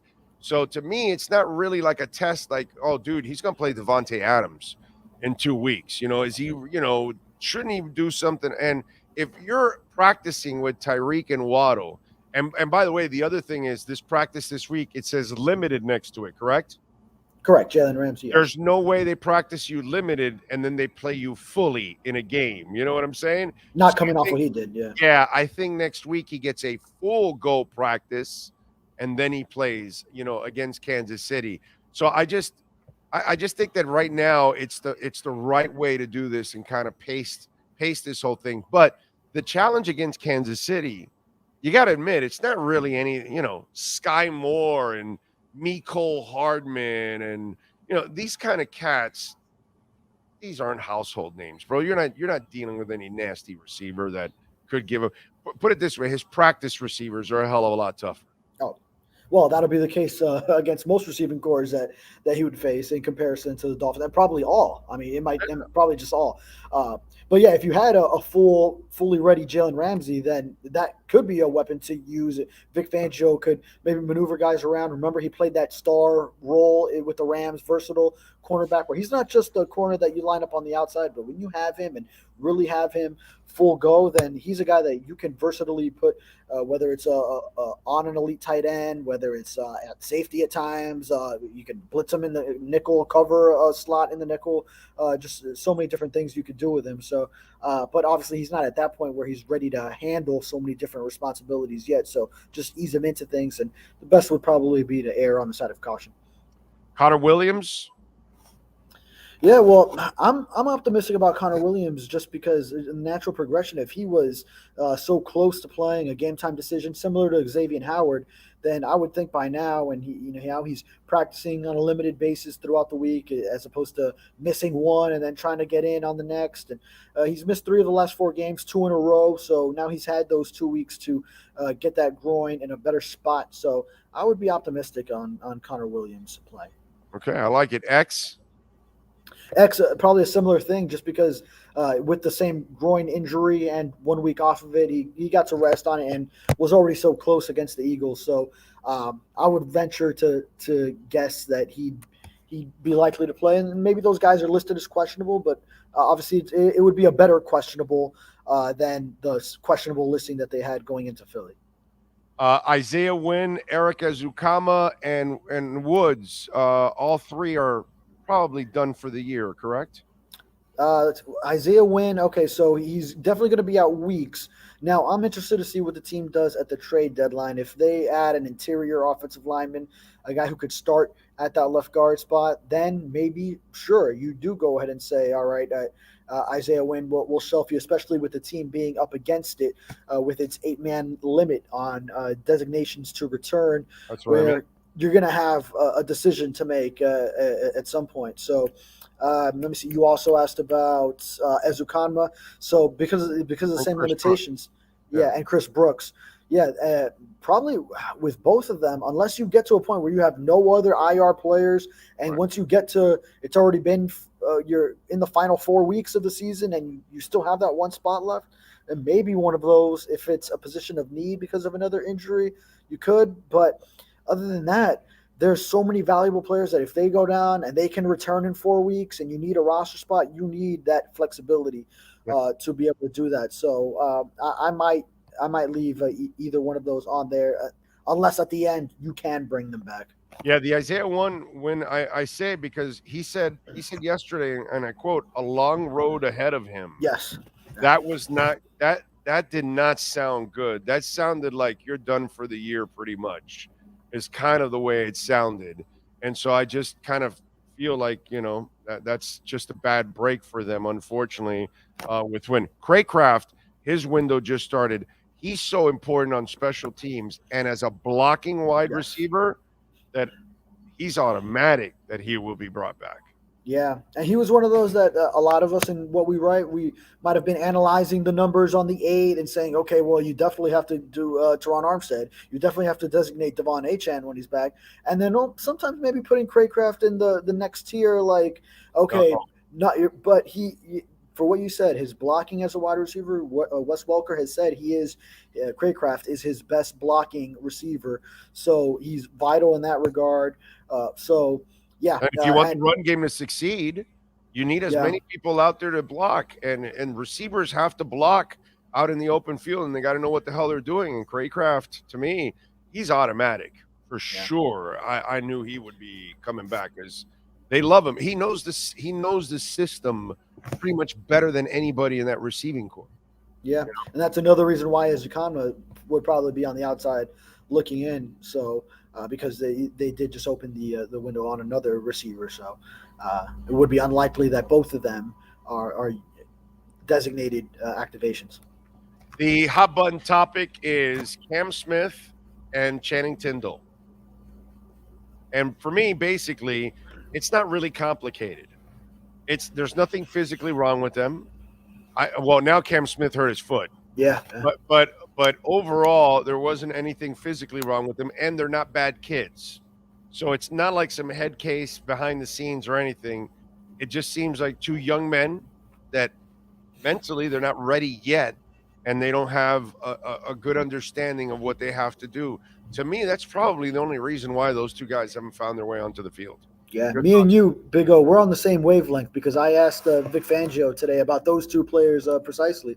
So with Channing Tindle, when I asked Vic, then he revealed today that Tindle has actually not been receiving any snaps with the defense in practice for a while now. So that's intriguing to me. And he's not even really getting a chance with the defense. And really, when you look at it, he's liked what he's gotten recently out of David Long and Jerome Baker. Feels they're playing better.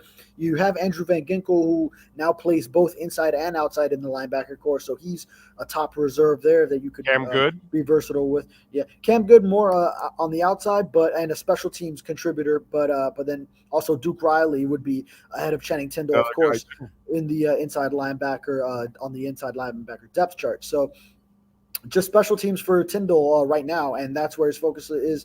Vic Fangio did say he still feels he has potential there, so I guess they're just trying to bring him along. Cam Smith, Vic actually revealed that the foot injury occurred last practice, so he had to go early and then missed today's practice, so now he's got an injury to deal with as well. But yeah, it definitely seems mental with him, just that I would imagine, and this is just a guess because we can't watch practices and team reps, that he must be blowing assignments, blowing coverages in practice, because we saw during training camp, he's got the physical tools, and every practice it seemed like he had a pass breakup, and even if a guy had a step on him, he would show that recovery speed and make an athletic play on the ball, had some ball skills too, but it's got to just be like you saw in that preseason finale against the Jaguars where he blew a coverage and then let a guy beat him deep. It's got to be instances like that that's really irking at Fangio as far as trusting him, and that Cam Smith has not earned Fangio's trust. It's 2 years in a row. If people should learn their lesson already, because Azukama had a great training camp 2 years ago, and so did Braylon Sanders, and so did the quarterback. And then when it came to the season, they were completely lost, overall. And the same shit happened with Cam Smith. It's so vanilla in the preseason and in training camp that it doesn't really challenge them mentally. But when it comes to the regular season, it's going to be a whole different ball game. And that's where Cam Smith is just not ready for it at this. And by the way, that's normal. It happens. Some guys get it quickly, and some guys, it takes them a little while. Look for Channing Tindle. I feel bad for him because they changed the system on him last year. So, he probably would have made some progress going into year 2 of the system. He would have had more. Now you change it up on him again, and he starts at ground zero because the defense he was in is completely different than the defense he's now facing. And by the way, we're not sure if he fits what Fangio wants to do because he was drafted for another scheme, not this scheme. He might not be great at reading and reacting, dude. He might not be as good in coverage. He might be more against might be better against the run and the blitzing and, see ball, go get ball. That he might be that kind of dude. He might not be the guy that has to have, kind of like the Tua thing, with throwing anticipatory. Well, in coverage, you have to have an anticipatory vision of what they're lining up to do in offense, and you've got to be anticipating it. And maybe he's just not good enough at that right now. Yeah, and you're reading my mind today because I was also just thinking earlier in thinking about Cam Smith and the training camp he had.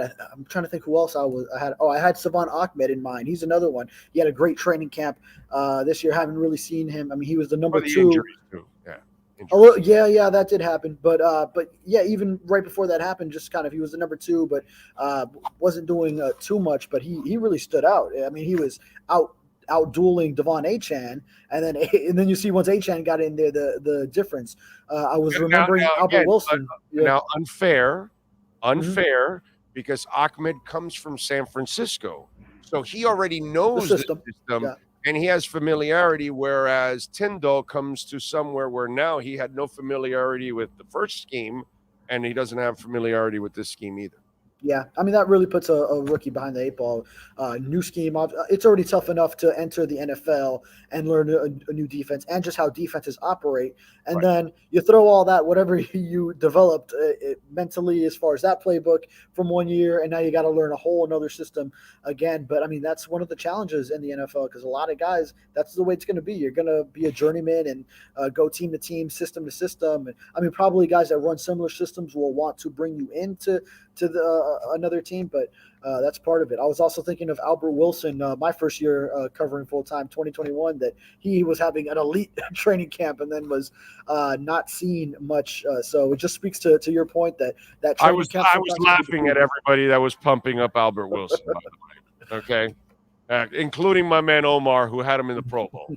All right? Oh, you had him in the Pro Bowl? No, pretty. I'm Cuban, bro. Remember, I exaggerate. Yeah. Hey, same. But Omar had him and I go, Omar, he'll be lucky to make the team. It was like, bro, relax.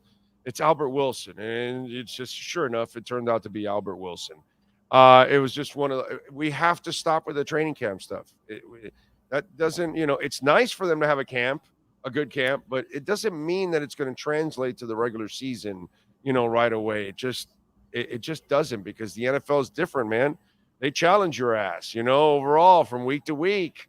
They know exactly what you can't do, and then they're going to make you do what you can't do.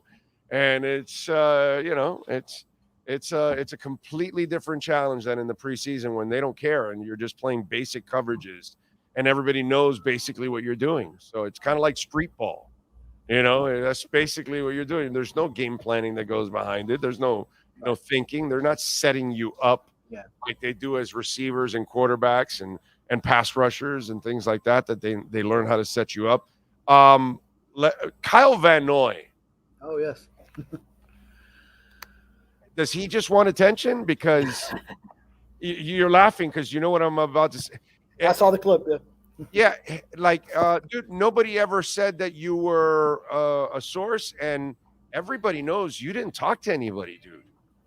Everybody knows you were like a king-size dick, to be quite honest. It's funny how he tries to throw himself in the middle of something like when he was the last person anybody ever even wanted to associate with in the locker room. And he made it out that way. Correct? No, I didn't cross paths with him in my Dolphins coverage. He was there the 2020 year, so I just jumped on the beat the 2021. So personally, I didn't get to know him in that locker room. I know him and Omar have had. You must have heard the rest of the guys in the locker in the press room laughing like, this guy doesn't even talk to anybody. What are you talking about, or whatever, right? It's funny that we talk about so much in the media workroom, and that subject did not come up today. But I would have liked to hear from some of the guys that covered the team.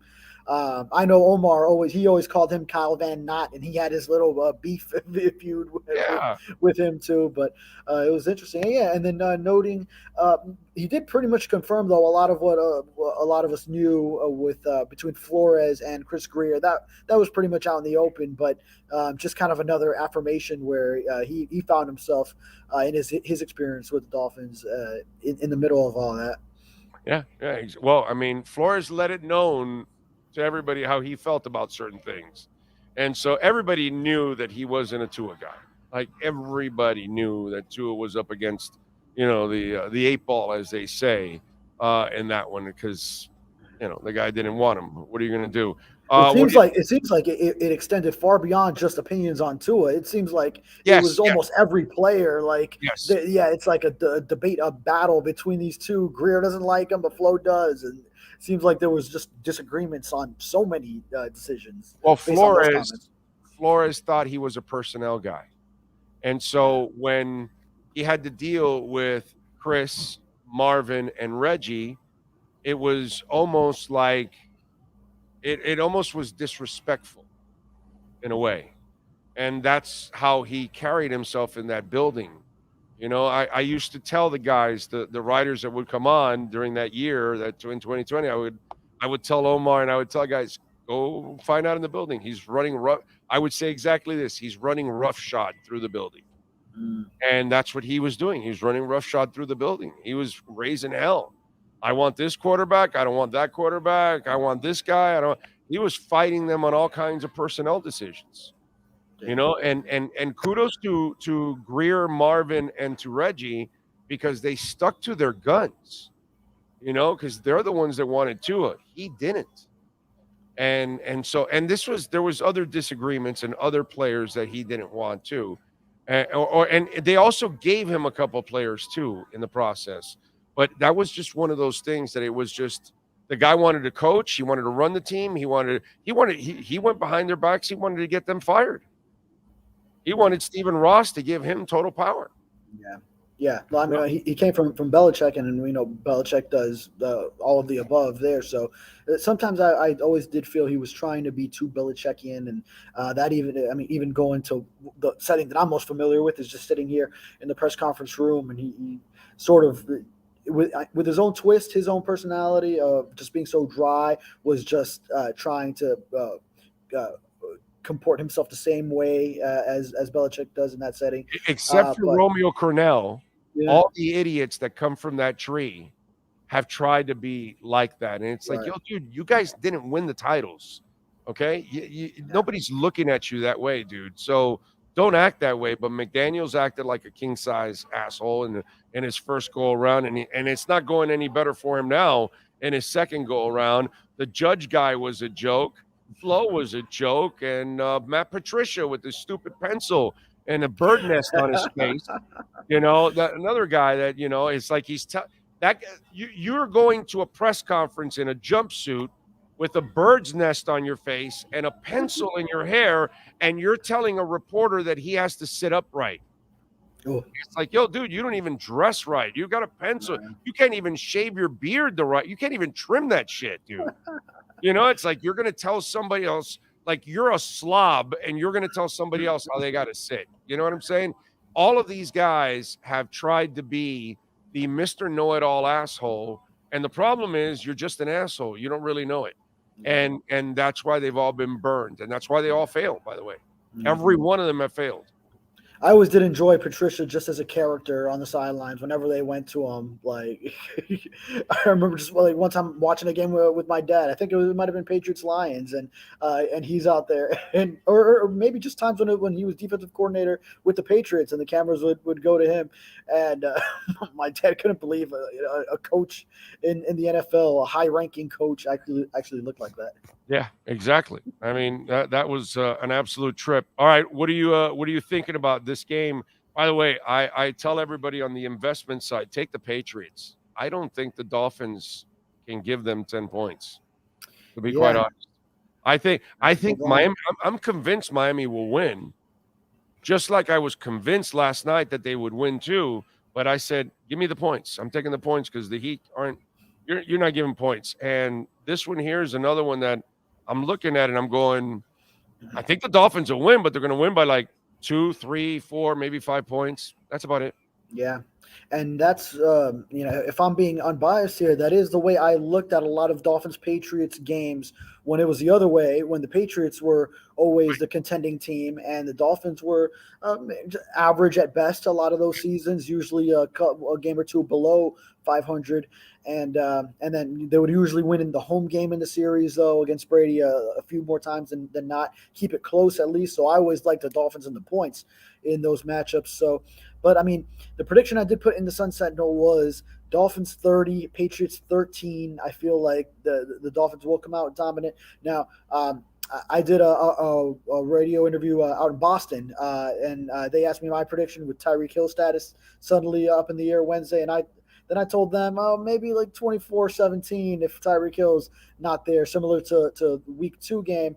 But we already saw this team beat New England on the road, so I feel like now the home portion of that 2-game season series should go to the Dolphins. This one in between those Eagles and Chiefs games, I don't see the Dolphins playing down 2 games in a row, so I think they'll come back from that Eagles loss and just come out fired up to get some momentum going into Germany and the Chiefs. Dude, did you rewatch the game? The Sunday Night Football game against the Eagles? Yeah. I'm about like halfway through it actually, and I know this is deep into the week, but yeah. It wasn't as bad. Oh yeah. They played close, and the penalties had a lot to do with it, not getting any calls. Mistakes, how many players they were down. Yeah. There was a lot to it for sure. No, but I would, dude. The reason why I was encouraged when I watched the whole thing, like I thought defensively, they did enough. Yeah. In a way, and it was just really the offense kind of failed, and then you add the mistakes, it just, that just compounded the whole situation. And if you really look at it, the way I looked at it, and maybe Dolphins will call me a homer or whatever, and if you want, go ahead. I don't give a shit.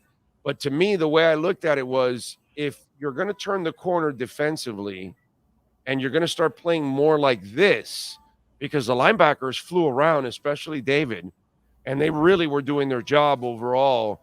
And if you can stay away from the mistakes, and if the offense can actually step up, because that's kind of the issue right now. It's, a couple times when McDaniel gets punched in the face with the Chargers and the Niners last year, with the Bills this year, and then the Eagles, you didn't respond in game.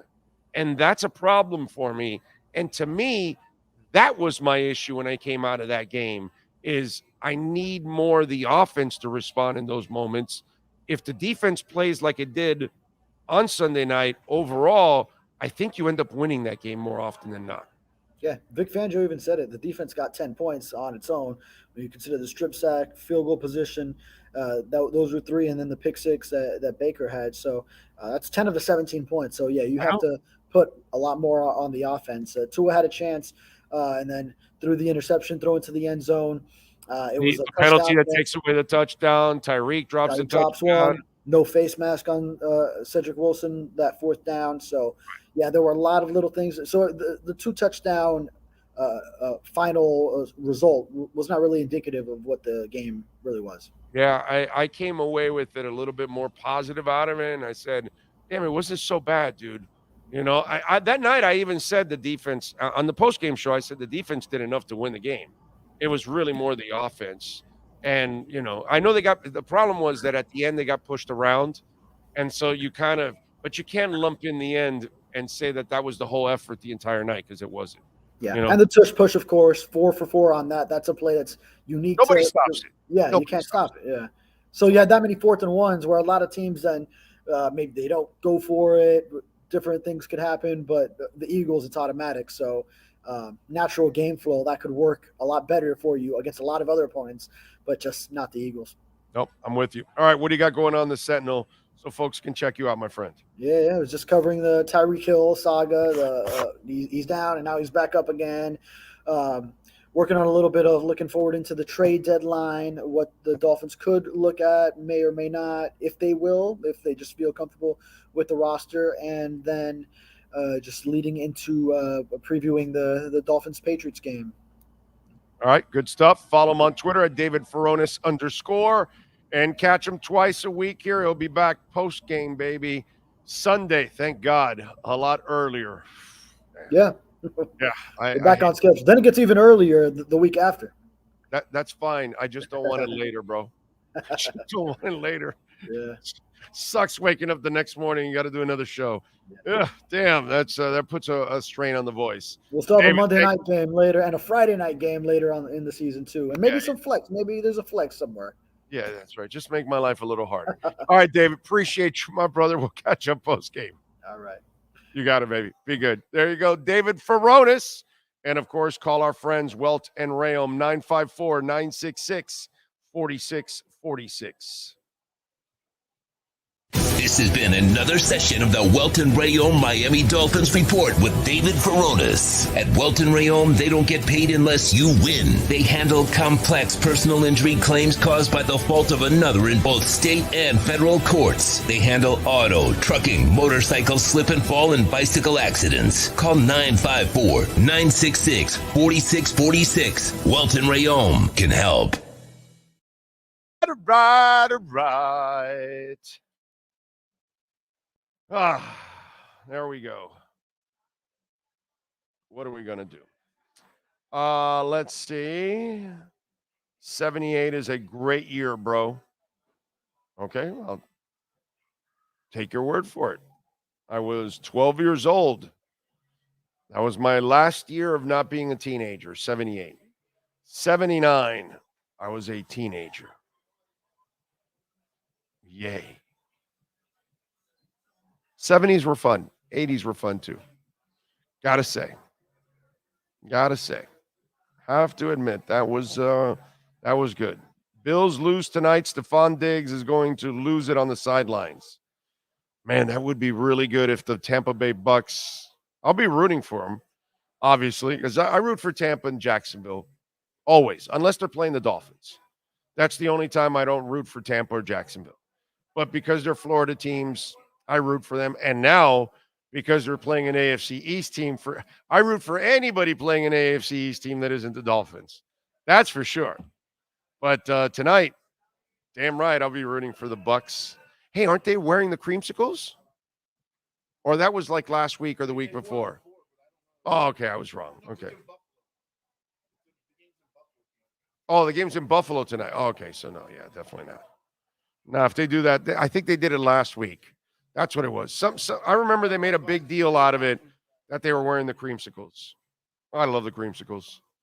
The color sucks, but the logo is one of the greatest logos of all time. That Buccaneer with the knife. The Patriots snapping the helmet. Obviously, our Dolphins logo.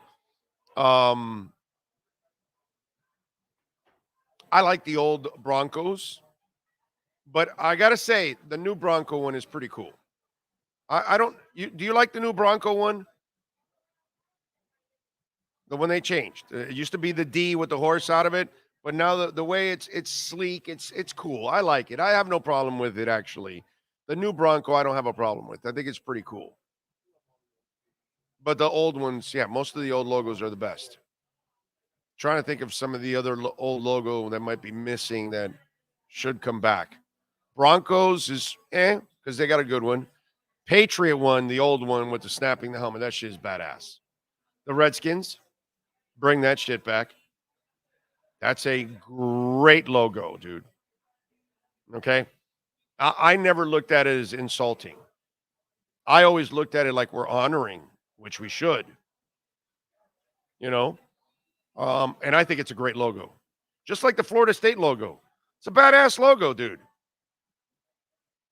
Okay, I'm a UM fan, but, I can be objective.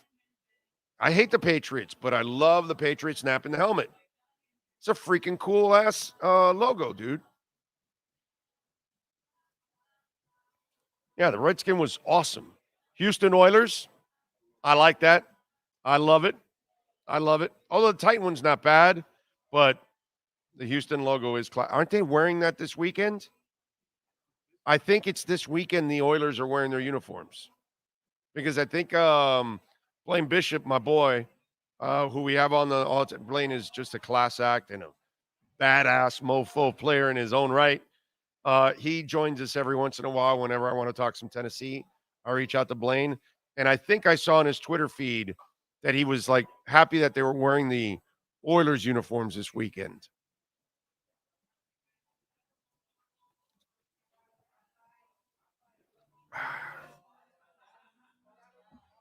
Let's see. Jayhawk, you got to invest in us, bro. What's that mean? I don't know what that means. The Florida State logo is based off the death mask of Chief Osceola. Okay. All I know is it's a great logo. And I think it honors our Seminole Indians in a classy way. I understood the Cleveland Indians one with Chief Wahoo, right? Or whatever, Yahoo or whatever it's called. Because it's like a character. You know what I mean? But I never looked at the Redskins or the Seminoles as something that was insulting to the Indian nation. I just didn't look at it that way. Yes, sir. They are wearing them this week against the Falcons and then again December 17th against the Houston Texans. Oh, very cool. How about that? Okay. And the Houston Texans are stealing the name from the Kansas City Chiefs. Because the Kansas City Chiefs were the Dallas Texans when they were in the same city as the Dallas Cowboys, when the AFL and the NFL were competing against each other. And then that's when Mr. Hunt said, yeah, for our league to grow, they won the title that year for the AFL.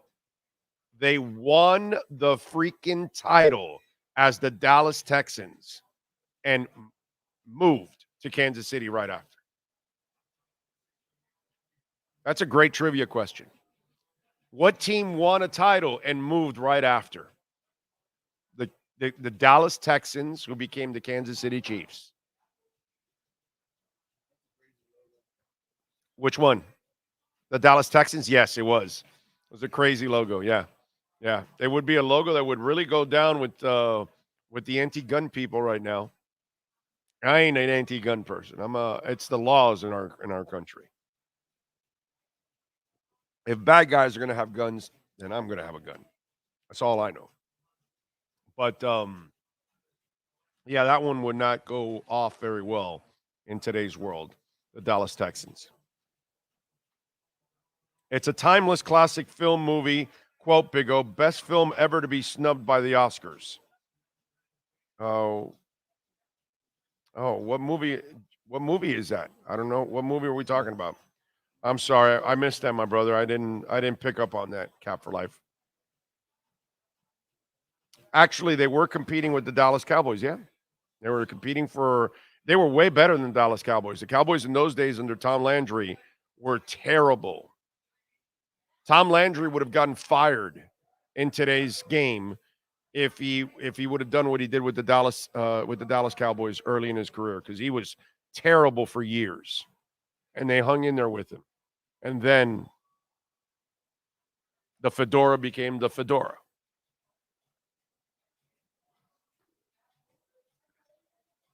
Yep. So, yeah.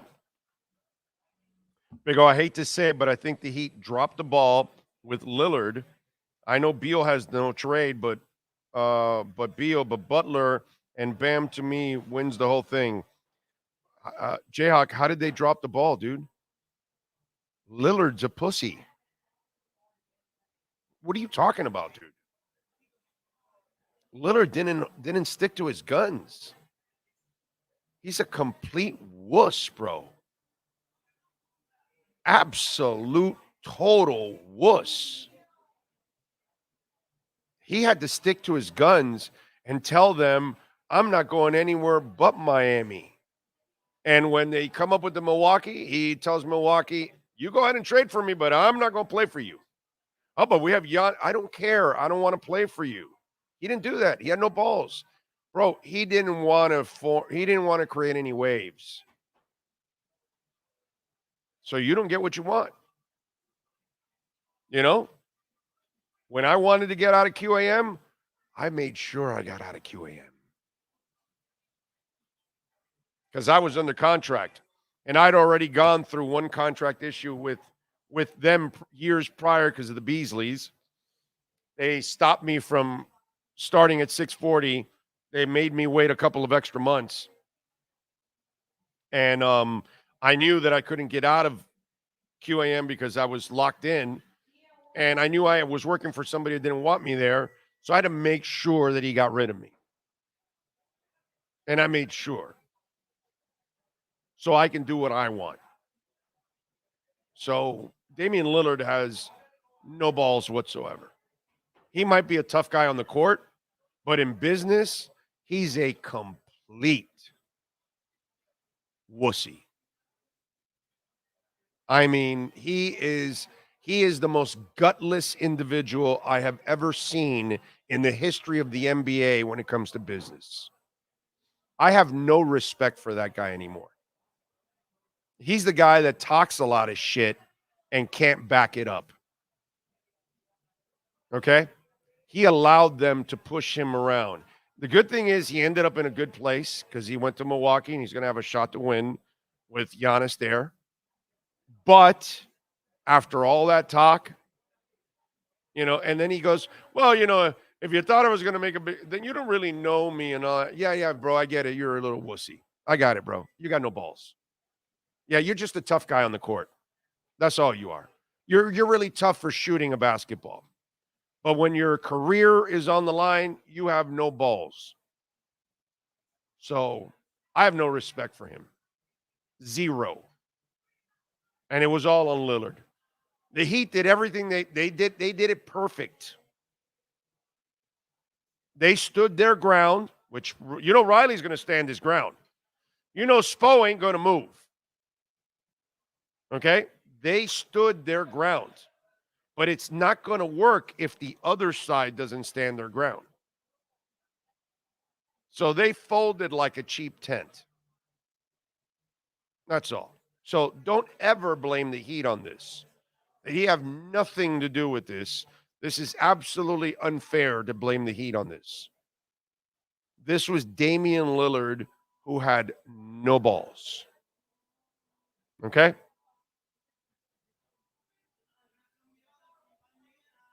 When you adopt a dog, you got to neuter him or her. And it's also good for the dogs because there's less chances for them to pick up any kind of, diseases and stuff like that, in their urinary tracts and all that kind of stuff. So it's even better. But obviously not good because they can't reproduce. And if you love the animal, you'd like to get one that's just like it and get an offspring. So that's the negative. But, they also change a little bit too when you neuter them, right? Well, that's probably what they did with Lillard when he got to the league. They neutered him. It's probably what it is. He's just a basketball player that's neutered. That's all. But this was all on Damian Lillard. He had no balls, and he couldn't stand his ground. Gutless, dude. Glad we didn't mortgage the entire house for one player. Well, that's the only way you would have gotten it, and they weren't going to do that because then you do the whole Melo thing. We talked about this over and over again. When New York traded everything to get Melo, and then they're like, hey, we're happy to have you here. And then he looks around like, well, who's here? Hey, we're happy to have you here. Hey, I got nobody to. Hey, we're happy to have you here. And so, Melo had nobody. Shooter in Maine still not found. Really? It's amazing.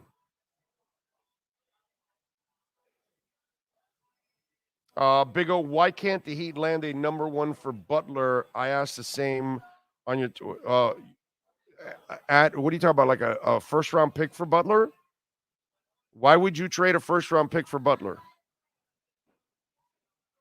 I'm not exactly sure. Why would you do that? How's that?